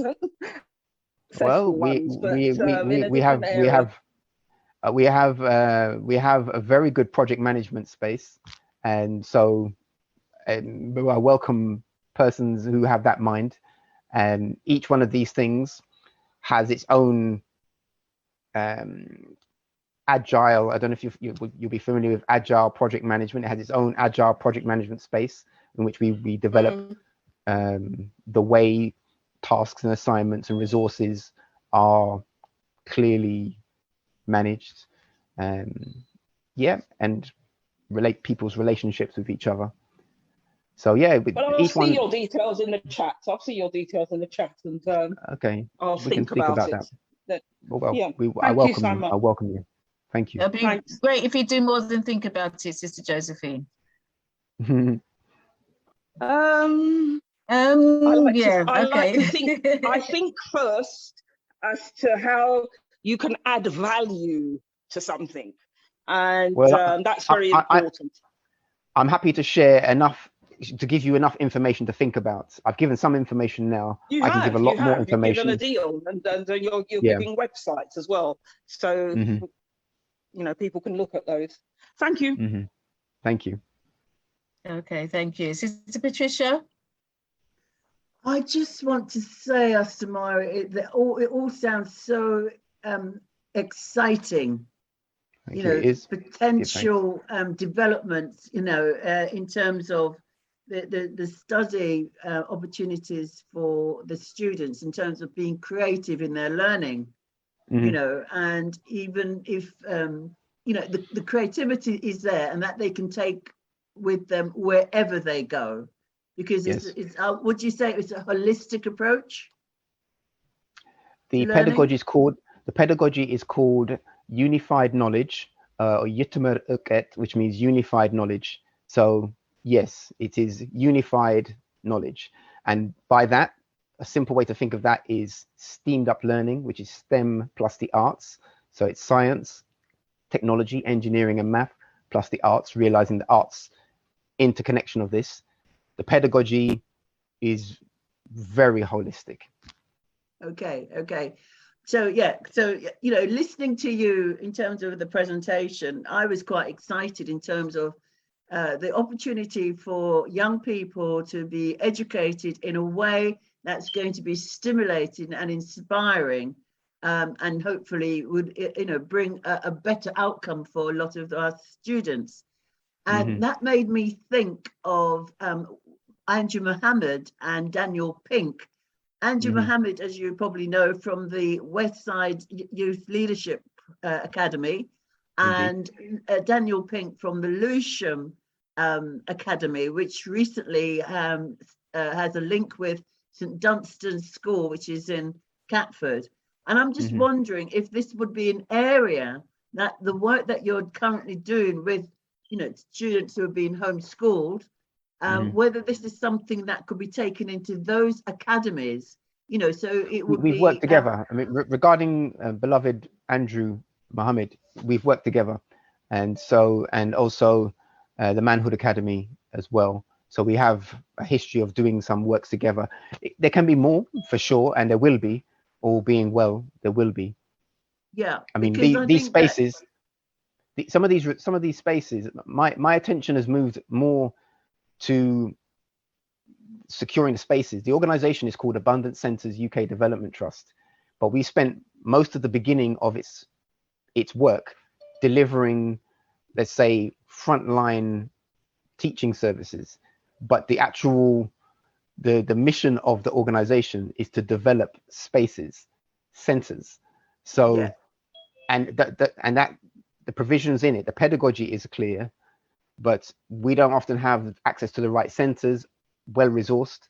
So all these things I'm talking about, Manhood Academy, West Side, Mr. Pink down in South, everybody who would respect this platform, doing education, is welcome to use these things I'm talking about. Excellent, excellent. I'm also interested in the space in terms of the Garvey Village involvement. I mean, that's what came to my head, and obviously I would need to talk with the directors of the Garvey Village about this in terms of us possibly linking up and acquiring space, if that's a possibility, because I think, you know, it's about spreading out the resources or linking up with people who are forward thinking, if you like, in terms of progress for our people. You know, I certainly think that is something that Auntie Jean and the other directors perhaps would like to speak more with you about in the future. I welcome it. Great. Most definitely, thank you. In the chat there was a question, I don't know if you've seen it, about how about this STEM coming to South at any time soon? Well, that's a link with Lewisham, isn't it? Well, I mean, South London is a big space, and West and East. We started in South London, and as you said, at the Loughborough. At Loughborough Park, that's right. And in fact, there was a great learning in the era of 2012 when Lambeth, the council for Brixton, put out all of the adventure playgrounds to tender to, and they said it was for community engagement. And we went through a whole process of observing carefully the bidding for these things. And anyway, I'm not to put all the story out on the domain right now, but there was a great learning for that. I think to answer the question, I am interested in the teacher development. So securing space is one thing, but securing a body of unified knowledge teachers who can then service these spaces, that's a challenge, because it's a different road of learning, and many teachers who have already gone through standard systems of teaching, even with the frustration, find it hard to reorientate on the level. I'm just speaking practically to what I've experienced. So in regard to coming to South London, I would welcome anyone in South London who would like to have these kind of centres established in the area for us to speak. We have a model, Abundance Centres UK Development Trust is also uLearn Naturally Learner Cooperative. That whole thing is in one title for the name of the entity. And the learner cooperative side of it, we have a model where we have member trusts. So in the past, we're not so much concentrated on it now. Well, rather, we have different types of member trusts, but we've had geographic member trusts like Abundance Centres Croydon, Abundance Centres Lambeth. Each region can have a member trust, and a member trust then becomes an entity that can be funded and be governed by the people who set the member trust up. They have a relationship to Abundance Centres UK, and we support you.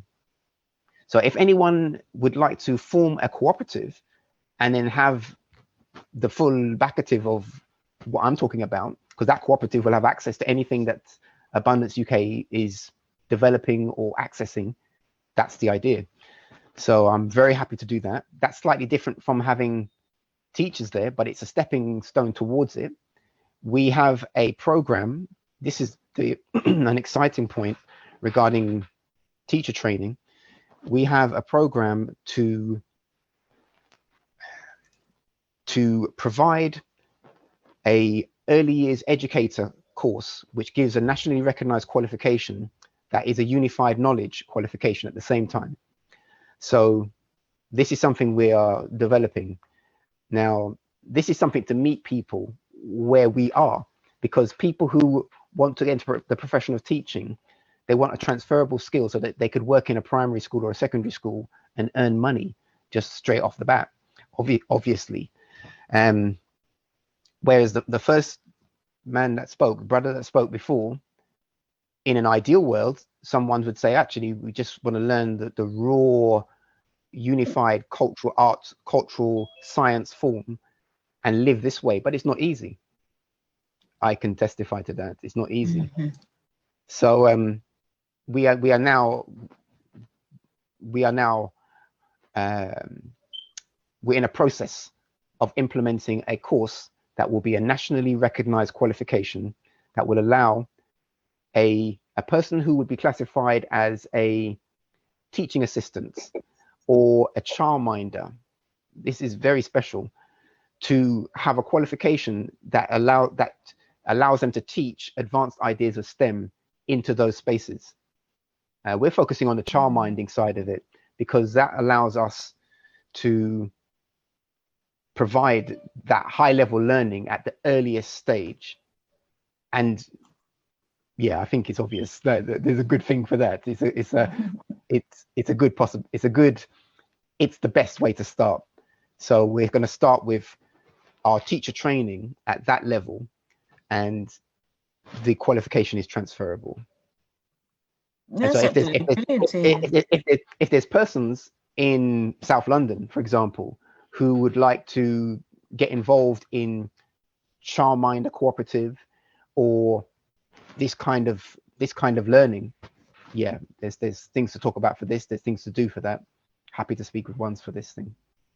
We're gonna pilot that in Haringey, but so if they're in North London, then that's a bit easier. I would love to if I have the time, because I'm a childminder. I was a childminder, so I'm coming out of it now. But yeah, it's the time. But yes, we still have to talk. Still. Yeah, we do. So you will know that most childminders and childminding services, childminders, they care for children, but there's a great space if the childminder teaching. We're always teaching.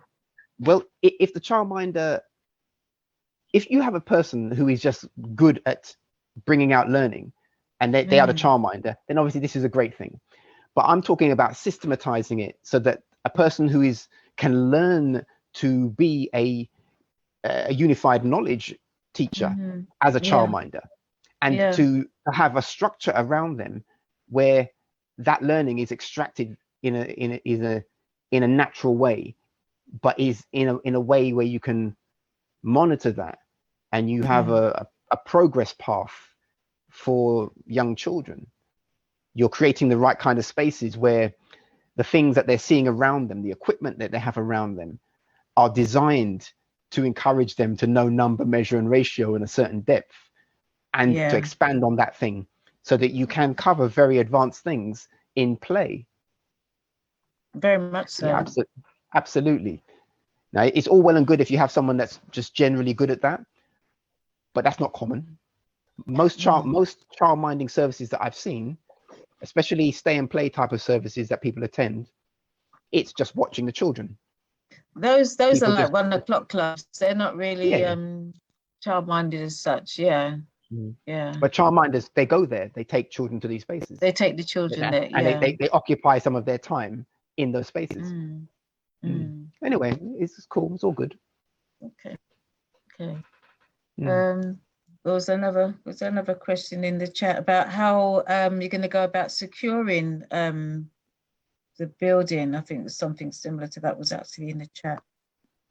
By securing it, I'm not sure what is meant by securing it, but I mean, there's two, maybe let's say, I think two levels of that, 2 points of view to that. One, securing it as in getting it, so that we are the managers of the building. We are the leaseholders. We're not this particular building, we're not likely to become the freeholders of it, but a significant leasehold is appropriate to what we want to do with it. So to secure it, we have to demonstrate a high level of ability to handle what we're saying and have great community backative.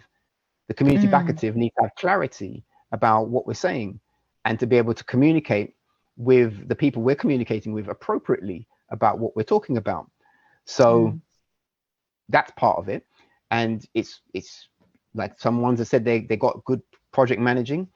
Yeah, a building like that is going to take significant project management to manage the programs in it, but even the process of getting to delivering things in it needs a planning to get to that place. So yeah, we need good teams. We need good teams. And I would like, okay. No, carry on.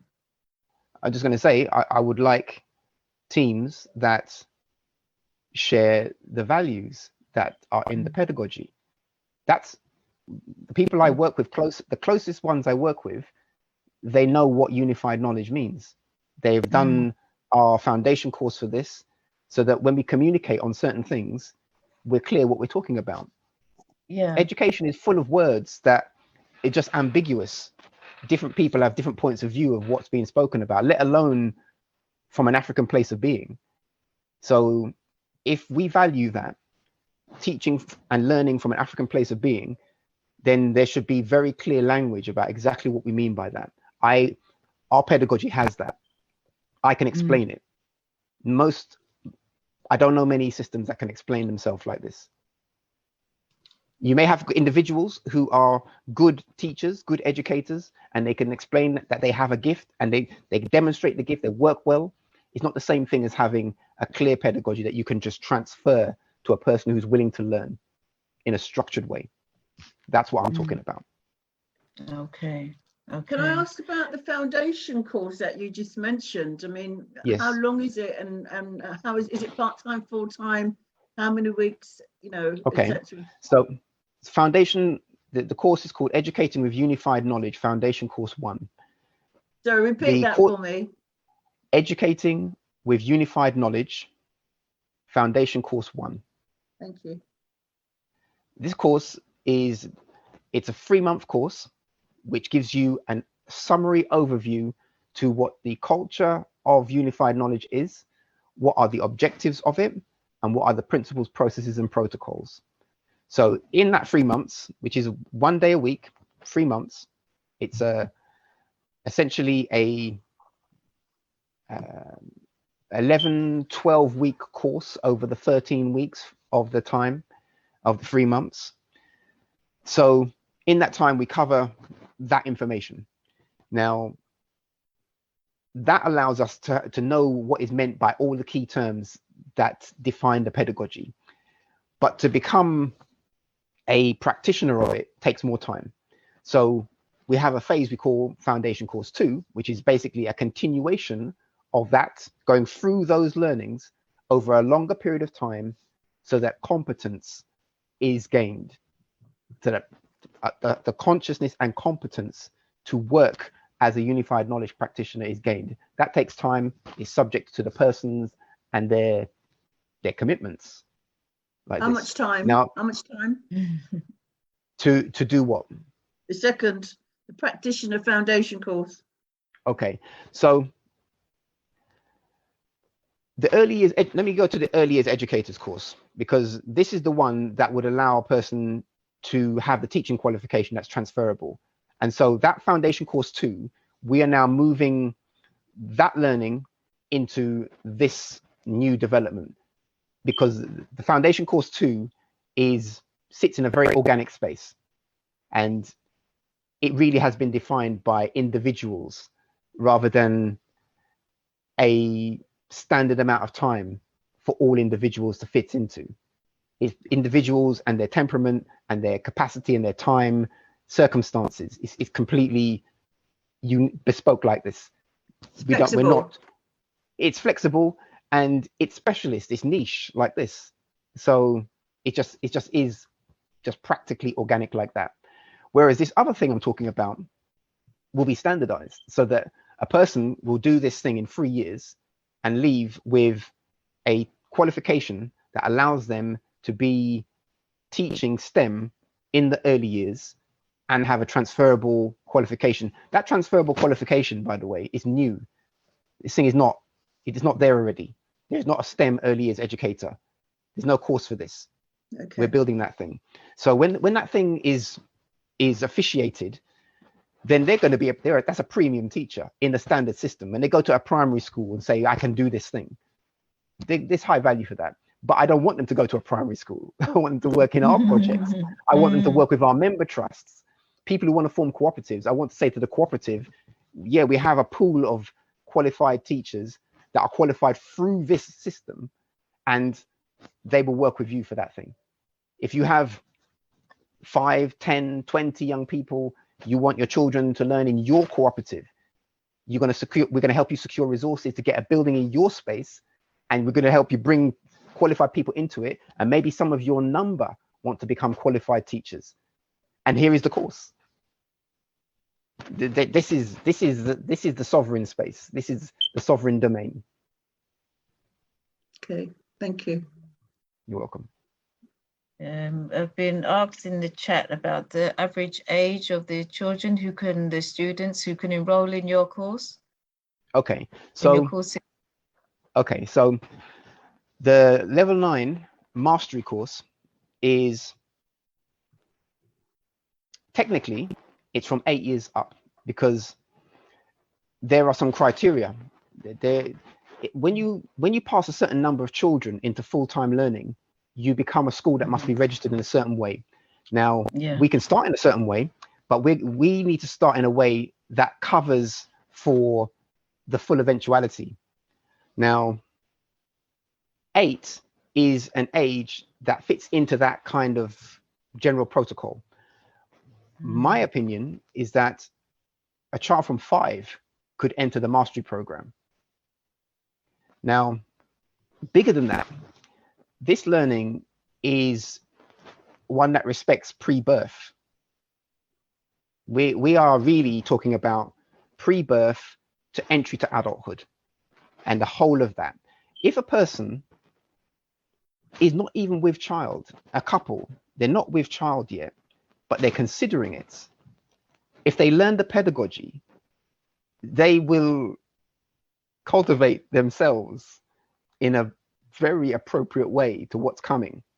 Then in the phase that is the with child but unborn, there's so much to learn for this, in terms of, if you value number, measure and ratio, and you're conscious of it, and you're engaged in things that are reflecting those patterns, you're doing specific things for the hands, specific rhythms where you're valuing number, and if you're conscious of it, these things are conveyed to your ones. If you know that, then you know you're teaching. You've got that relationship immediately. When your one comes forward, or your ones, you will simply continue the conversation like this. I know this thing. So then there's early years. Early years, children learn sign before they learn to speak. If you are able to convey a range of signing languages with your hands, and that language is clear enough, as in you give a sign and then you reward it in a certain way, and you have that communication, sign language, your child will engage with you in advanced ways that they could not verbalize this thing that you're doing with them. Most parents don't. They have sign language. Parents have sign language, but it's just personal. It's just the vibe. It's just a dynamic, and we just do what we do when it's done. But I'm talking about a structured sign language based on the Ethiopian sign language system. This is part of our pedagogy. I said to you about principles, processes, and protocols. We have 10 principles, processes, and protocols. One of them is unified knowledge language. Unified knowledge language is a connection between being able to speak African language, being able to write African language in an African script, being able to sign, hand sign African language. and being able to convert African language into musical form through the drum. That stack is unified knowledge language. And all of that is one principle, process, and protocol of unified knowledge. Now, if a parent learns that thing in pre-birth and they're doing that, their child will come with some clarities or at least some receptivity to it. And then you continue. So early years is this, pre-birth is that, and then everything on beyond that, if you've done it early enough, then it's easier. But at any point you start doing it, as long as ones are not too damaged by the system in terms of trauma, you know, the trauma of going into a school and being told that you're a foundation tier child and having things that you're good at be denied by your teachers, and all of the stuff that most our community completely is unhappy about regarding education, but we haven't resolved our own solution yet. Yeah, this thing I'm talking about is the answer to that. Yeah, I can explain it. I ones can test it. You can challenge it. Okay. Sister Patricia? I've asked the question, I think. You? Yeah. I've okay. asked the question. Your hand was raised still. Sorry. Okay. All right. Thank you. Thank you so much, Astehmari. Thank you. Thank you. It's really good. Any more questions? I can't see any more hands. Anybody like to ask a question? Before? Okay. As a roundup, what would you like to tell us as a roundup, and what you would like to remind us of? I mean, the date of, obviously, of your meeting, what you're going to have to launch, and your other information. So the event is Dark and Wild Gathering. The link for it is darkandwild.hns.to. The event is on the 19th of November at 8 o'clock at the Chestnut Community Centre, N15 5BN. And it's a social gathering, so there's other things going to be happening on that day, but I will reserve a portion of the time to introduce this thing I've just introduced here for exclusively on the platform in more detail and in person.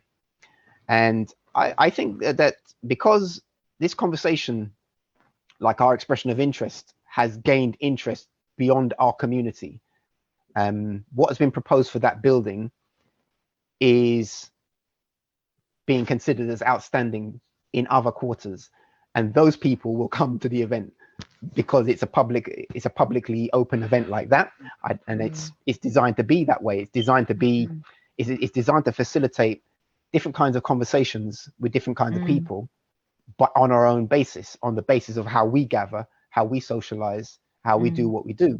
So anyone that comes into it is coming into that. So that's one. That's the 19th, and all ones are welcome to this. I would say the level 9 mastery program has been through a piloting phase. I have some interest to resume it. At this point in time, the ability or the practicality of resuming it is based on interest from parents who want it to happen for them. And now, for whatever reason, maybe it's my marketing, or maybe it's something else, I don't know. But that number is not large. However, it exists. There is a number. And my principle is to work on one. Where there's one, it's going to be more than one. But I value it in such a way where there's one, it can start. And others can come around that when they see it happening. So the mastery program has been engaged by some families that I respect their intention, and they're determined to do the thing on the level that it is. If there are others who are interested in this way of learning, as full-time learning, giving their child a 1 day, 2 day, 3 day, or 4 day a week full-time learning in our space, then now is a good time to contact me about that. It's a very specialist program. And as I said, up to a certain number, there's a certain way it can be managed. Beyond that number, there's another way it can be managed. From the beginning, it has to be managed so that it has complete transparency and quality assurance, and obviously safeguarding is part of the quality assurance. Mm-hmm. So those are things I would engage the parents into knowing. When we do the pedagogy course, the beauty of that pedagogy course, the Educating with Unified Knowledge Foundation course 1, if a parent says, I want my child to do the level B9 mastery program, they have to do the pedagogy course. They have to do that learning. That is part of the program. And even I've had some ones who don't want to do that. And I'm like, well, look, this is the thing. Your child's going to come into a space. They're going to learn how to communicate mathematics ideas with a drum. Or like the day before yesterday, I was in West London doing a workshop. A child said to me, it's Black History Month, he said to me, what's been the most pressing impact you've had from drumming? I said to this child that I can do a rhythm called Journey Around the Sun, and it allows me to visualize traveling around the sun whilst playing the drum. And I can teach that thing to you, to the child, anyone else. If you enroll your child into our course and your child comes home and they're drumming binary and doing hand signs and saying words that you don't know, is that going to work for them? Is that the space that's going to encourage them to get to level 9? The parent has to do the thing. Now, it seems to me that that's hard. It's hard. I think it's hard for practical reasons, but also for cultural reasons, because we're a bit out of touch with some of these things fundamentally because of the history. But anyway, our system, the parent needs to do that thing. And the beauty of it is what I started with. The beauty of it is that if the parent is doing the pedagogy class and the child is doing the full-time learning, then on the evening that we do the pedagogy class, we can speak practically about what we've been doing with the child. And the parent can get the pedagogical overview to the activities that their child specifically has been doing. If a person does the pedagogy class and they don't have a child with us, then we are speaking through it in some relatively abstract ways, but we're still doing practical things for you to experience the way of the learning. For example, how would you teach math ideas through dance movement, spatial geometry? How do you explore these things? We do those things, we demonstrate that. But if your child is doing it and you are learning about how it works pedagogically, then you can now inform different things that you're doing with your child and just enhance the whole thing. And that's great. That's the only way that you get to the level 9. It's not the same thing as you drop the child off and you go and you pick them up. No. It's not this thing. So we have a different requirement, and I'm gathering that requirement is hard. But it's necessary. Absolutely, it's essential. It can't work another way. Yeah. It can't work another way. I did have another question that I wanted to ask. Sorry, I've lowered your hand. I thought I forgot to lower it before, but go ahead. I did have a question in regards to the 3-month, 1 day per week course. Yes. Is there a charge for that? And if so, what is it? Yes, there is. It's £234 a quarter. 2, 3, 4. So 12 weeks is a quarter. So that would be the price. Then is there material that you need to purchase on top? No, there's material that you can purchase. There's not material that you have to purchase. There are resources that you are provided with, which give you confirmation of the activities. There's an e-learning space. That course is bound into an e-learning space. So there's resources for the course in the e-learning space as well. And so persons can follow through on the e-learning side of it. This was a blackopenuniversity.org now. It was .eu. That is the home of the e-learning space. And the 3-year course where Yeah. you do the foundation learning, how much is that? Right, now that is still in development. Okay. So I can't confirm to you the price. I have some senses of the price. I wouldn't put it out now because we are under pressure to try to make it accessible. And the challenge that we have with this developing this course is that it contains both the early years educator qualification, which is an existing qualification, and also the STEM unified knowledge pedagogy. Right. Those two things are in the same space. And that means that the course is longer than, a bit longer. Well, it's longer than the one without it, obviously. And what that then says to a potential learner is, how much do you value it? Because now you could get the early years educator qualification and do that early years educator thing. But if you value being an early years educator that can teach STEM from an African place of being, then you spend more time and you pay more money for it, because to deliver the course costs money. Right. And the final thing that I wanted to ask, in terms of the facility, the competition that exists, I mean, would you say it would be a great idea to have to galvanize the communities to come out and support you in terms of support the application for the facility?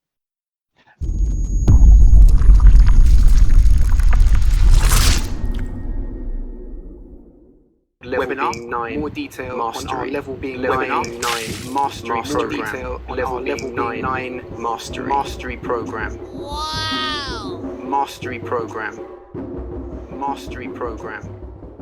Level being 9 mastery.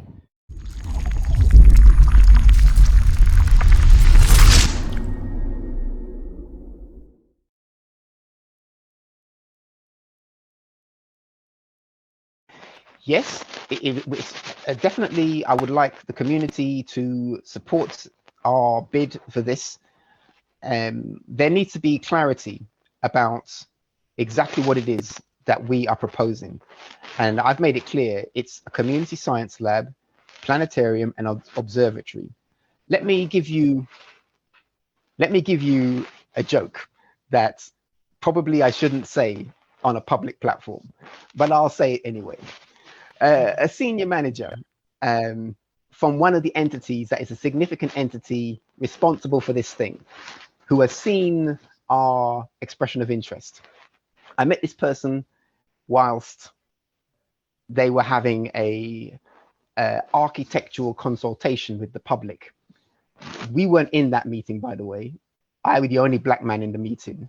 There was a sister in the meeting. She was a local resident, and she came with a specific set of agendas, and she had a crew like of other residents with the exact same issue. So in general terms, the community, a local community around these parts, wasn't well represented in this meeting, which was talking about the architectural design for the estate. This senior person who's seen our expression of interest, we get to talk at the end of the meeting, and he says to me, "Oh, you're the one with the astrology." Now, astrology and astronomy are not the same thing. Yeah. Now, I know this beloved platform, there are many ones here who value astrology, and I'm not here to dismiss the value for this. What I would make clear is that astrology and astronomy are not the same thing. I'm talking about astronomy. We could have a conversation about what I think the relationship is between astronomy and astrology. That would be interesting.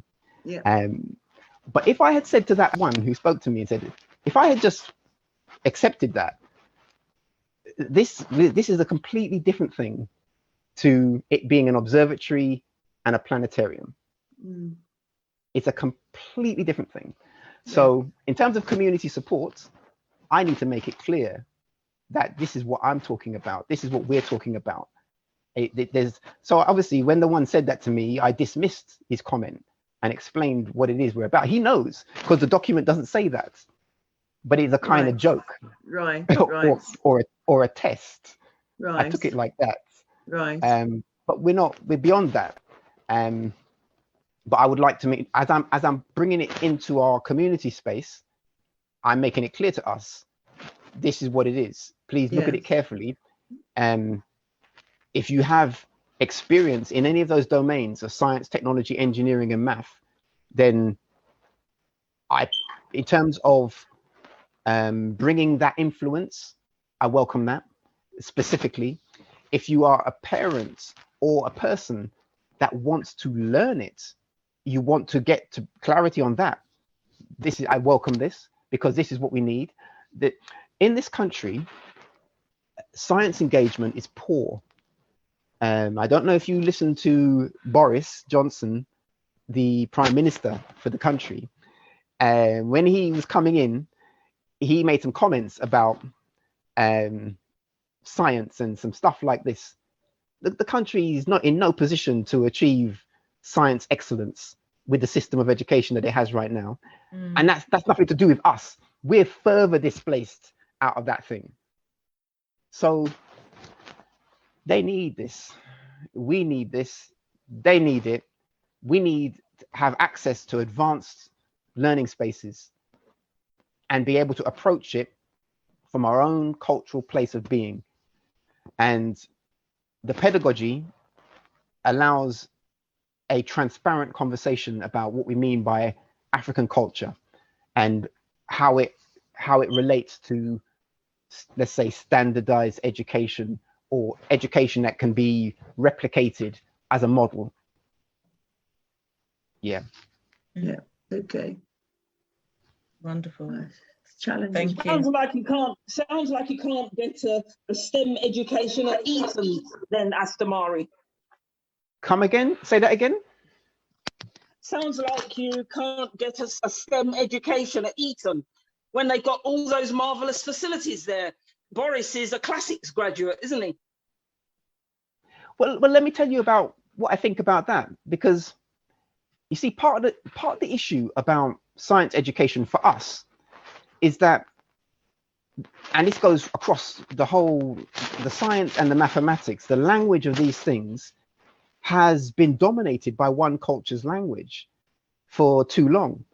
For our children to do well in this, they have to have languages around it that come from their own cultural place of being. Now, standard systems of education can't embrace that. They can't do that. Eton can't do that. I mean, Eton can do it, but they can do it as a novelty. And even when they do it, it will enhance the people at Eton. So Eton does do it, in fact. They do bring in people from other parts of the world to share their cultural value for the things that they do.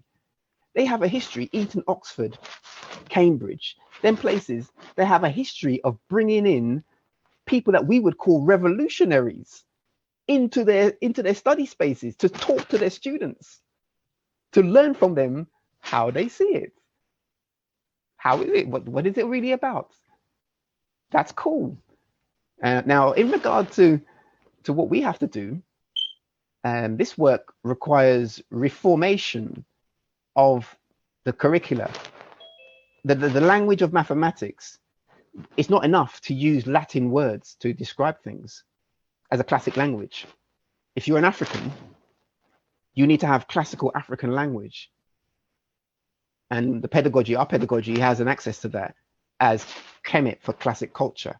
We reference it, we explain it, how certain parts of Kemetic culture can be referenced as classic African culture and classical African mathematics culture. And that's necessary. Now, a standard school, no school's going to do that thing. No primary school, no secondary school, no college. Right. They can't do it. So they wouldn't do it. And they wouldn't do it.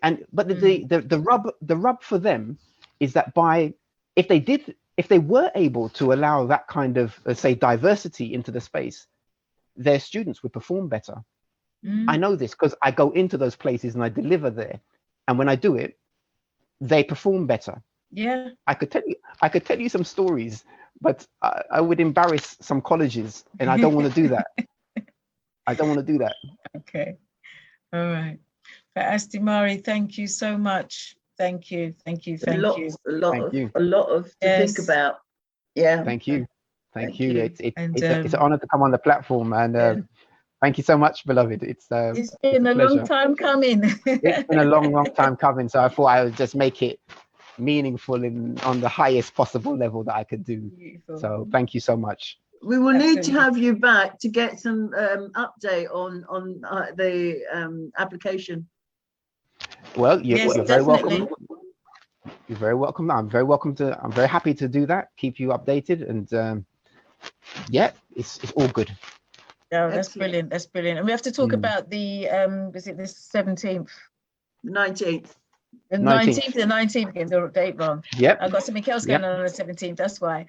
So yes, so yeah, probably we do the Garvey Village broadcast from the Chestnuts. Okay. It's very possible. We can do that. That would be very wonderful. Yeah, that would be that's a very wonderful thing. I mean, if you do that, I mean, I would invite you to maybe you could theme it around teachers and educators. Yes. And try and bring together our educators into the space, because this building will be a very unique, significant educational space that is modeled on an African pedagogy. Okay. A pedagogy that comes from an African place of being. And albeit that a lot of the good value of that is transferable so that all sorts of people can access it, whether they know it or not, it's accessible. But the fact that it is coming from that place should make it much more accessible for our community. And we have been underserved by this thing. Yeah, most definitely. Absolutely. Just a quick question as well is, what do you think will help to secure your bid? Do you have to have a lot of people backing you? Do you have to have like a list of people to say supporting it? Do you have to be with a group of people to put yourself forward? What would you think will work in your best interest to actually, secure this bid? People should pay attention to what's happening. Consciousness, put your consciousness on what we're doing, as in pay attention to it. And that would mean that you will start to find interest in it, and you'll talk about it with other people and say, okay, did you know this thing's happening? And question it like that. Question the details so that it can be explained, or you can share value with other people. That's one. Persons who have competence in anything that relates to STEM should come and get connected to it. Okay, so University of Ulster and Astronomical Society Central London and architect firm that builds laboratories. I'm connecting these entities, and those entities are connecting other networks that they have. Now, they have an interest. They know the value of the thing. Right. And I would like it that anyone who has an interest in what we're talking about makes themselves present to it. I'm completely receptive to this. The more people do that, the better. I'll give you a good thing. A thing that I liked about something that happened here. So in the center, we have a big notice board downstairs, and I've put the poster that I put at the beginning, which is inviting one to the consultation with the building in the middle. Yeah. I put this on the poster. It's big, so it's like the big building.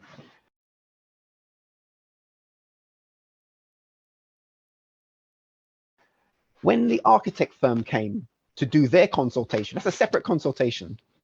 They came and saw the poster. I didn't tell them that I'm doing a community consultation. They came into my center and they saw that there's something there and it's got a date on it, and we're going to engage people into a conversation. I didn't invite them. They can come, but they're not the primary people I need to talk to. Yeah. We've got a channel of conversation. there's another line of is this conversation that we need to have, and I want more ones of competence to do it. Yeah, that's it. Wonderful. Competence and consciousness, just bring it together. Let's connect. Okay. Yeah, I'm just wondering, Auntie Jean, if that flyer could be, we could actually promote that on the Garvey Village on the ACM. We can. So if you can send us through the flyers and stuff, and we can, as I said, help to promote it and push it through. Yes, please. Yeah. Yes, please. We would. I mean, do that. If we have time, I have a video. I don't know. It's for the Dark and Wild though, but even maybe that's not necessary now. I'll send the link to it. But anyway, I'll send links to things that are related. Okay. The website. What we could do is invite you back probably for the Garvey Village probably next week Friday, so you can show the little link and the last minute things before the actual 19th. Okay. So if that's possible, yeah. Okay, yeah, that's cool. That's cool. Absolutely brilliant. So put that in your diary. I'll put it in mine. And I'm saying that's cool. What time? Sorry, let me. I'm just. Well, the Garvey Village is between 7 and 10. So whatever time suits you, we can fit you in. We'll fit you in. Okay. That would be. It's gonna be the later end of that. We have a dance class at that time. We have a Dankira Tawagi class. Or you can do it at the same time on the 12th. The 12th would be the Friday just before. It's the same day as Amawali comes on. Okay. Either whichever Friday, it has to be towards the end of that time slot, which is after our class. Okay. We can come on both days. Come on both days, Jean. It's possible. Okay. It's possible. We'll talk. We'll talk anyway. We'll talk. Okay. We'll talk. I know. I see Hetipu have got your hand raised, but we have gone over a bit for the next. I've got another 2 presenters to talk. Is it a very quick question, Hetipu? Yeah, I just wanted to know. I don't know if he posted his contact details. Yes, they're in the chat. Yeah, but as you can repost it. Please, okay, because I had to step out and so I'm back in, so I lost all the previous chats. Thank you. Okay. Just posted it again. Thank you. Okay. You're very welcome. Okay. All right. Make sure you just download it so you can get that quickly, just in case you get dropped out again. Okay. Thank you. Thank you, Astehmari. Thank you so much. And looking forward to see you either next week, Friday, or the Friday after. Or both. But yes, I'm looking forward to it too. Or both. Yes. Yeah, brilliant. Thank you so much for your time. Astehmari, it'd be a good idea to have some sort of Telegram or WhatsApp group for what you're doing. To cultivate interest, see numbers, get the feedback from the community. You're right. You're right. I mean, I'm erming because I administer many WhatsApp groups. I'm a WhatsApp group skeptic in terms of practical utility of WhatsApp groups. But for a specific project. For a specific project. For a specific project. You see, even like this, we have another platform called Element. Element is a more secure way of doing the chat communication. And I would prefer it on there. If I put it on WhatsApp, then now we're discussing the intimacies of something that is verging on some that would be better in a more private space. But I will take note of what you're saying, and I will set up a space on Element to invite you to come on. Just as you talk of internet domains, there being different levels, one can have a large audience feeding into a Telegram or perhaps a WhatsApp, and then take people offline to discuss more intimate details of a project. Because my concern is that, yeah, you know, you need numbers, you need real numbers entering the project that you're, from what I've heard tonight, that you're starting off. And the fear is that you may not see those numbers, and you need them. Well, you know what I need, or what I think the project needs, we need numbers. We need quality. We need the quality. We need the quality. I think the best thing for you to do is put yourself forward for the, was it project managing you mentioned? There's many parts of that. I welcome your expertise. Right, okay. Absolutely. I welcome it. Take Astehmari's details. Yeah, we can talk on that. Yeah, happy to do it. Yeah. Fine, thank you. Okay. Thank you. Thank you so much. Thank you. Thank you so much, Astehmari. Thank you. We're looking forward to seeing you either next week or the week after, or both.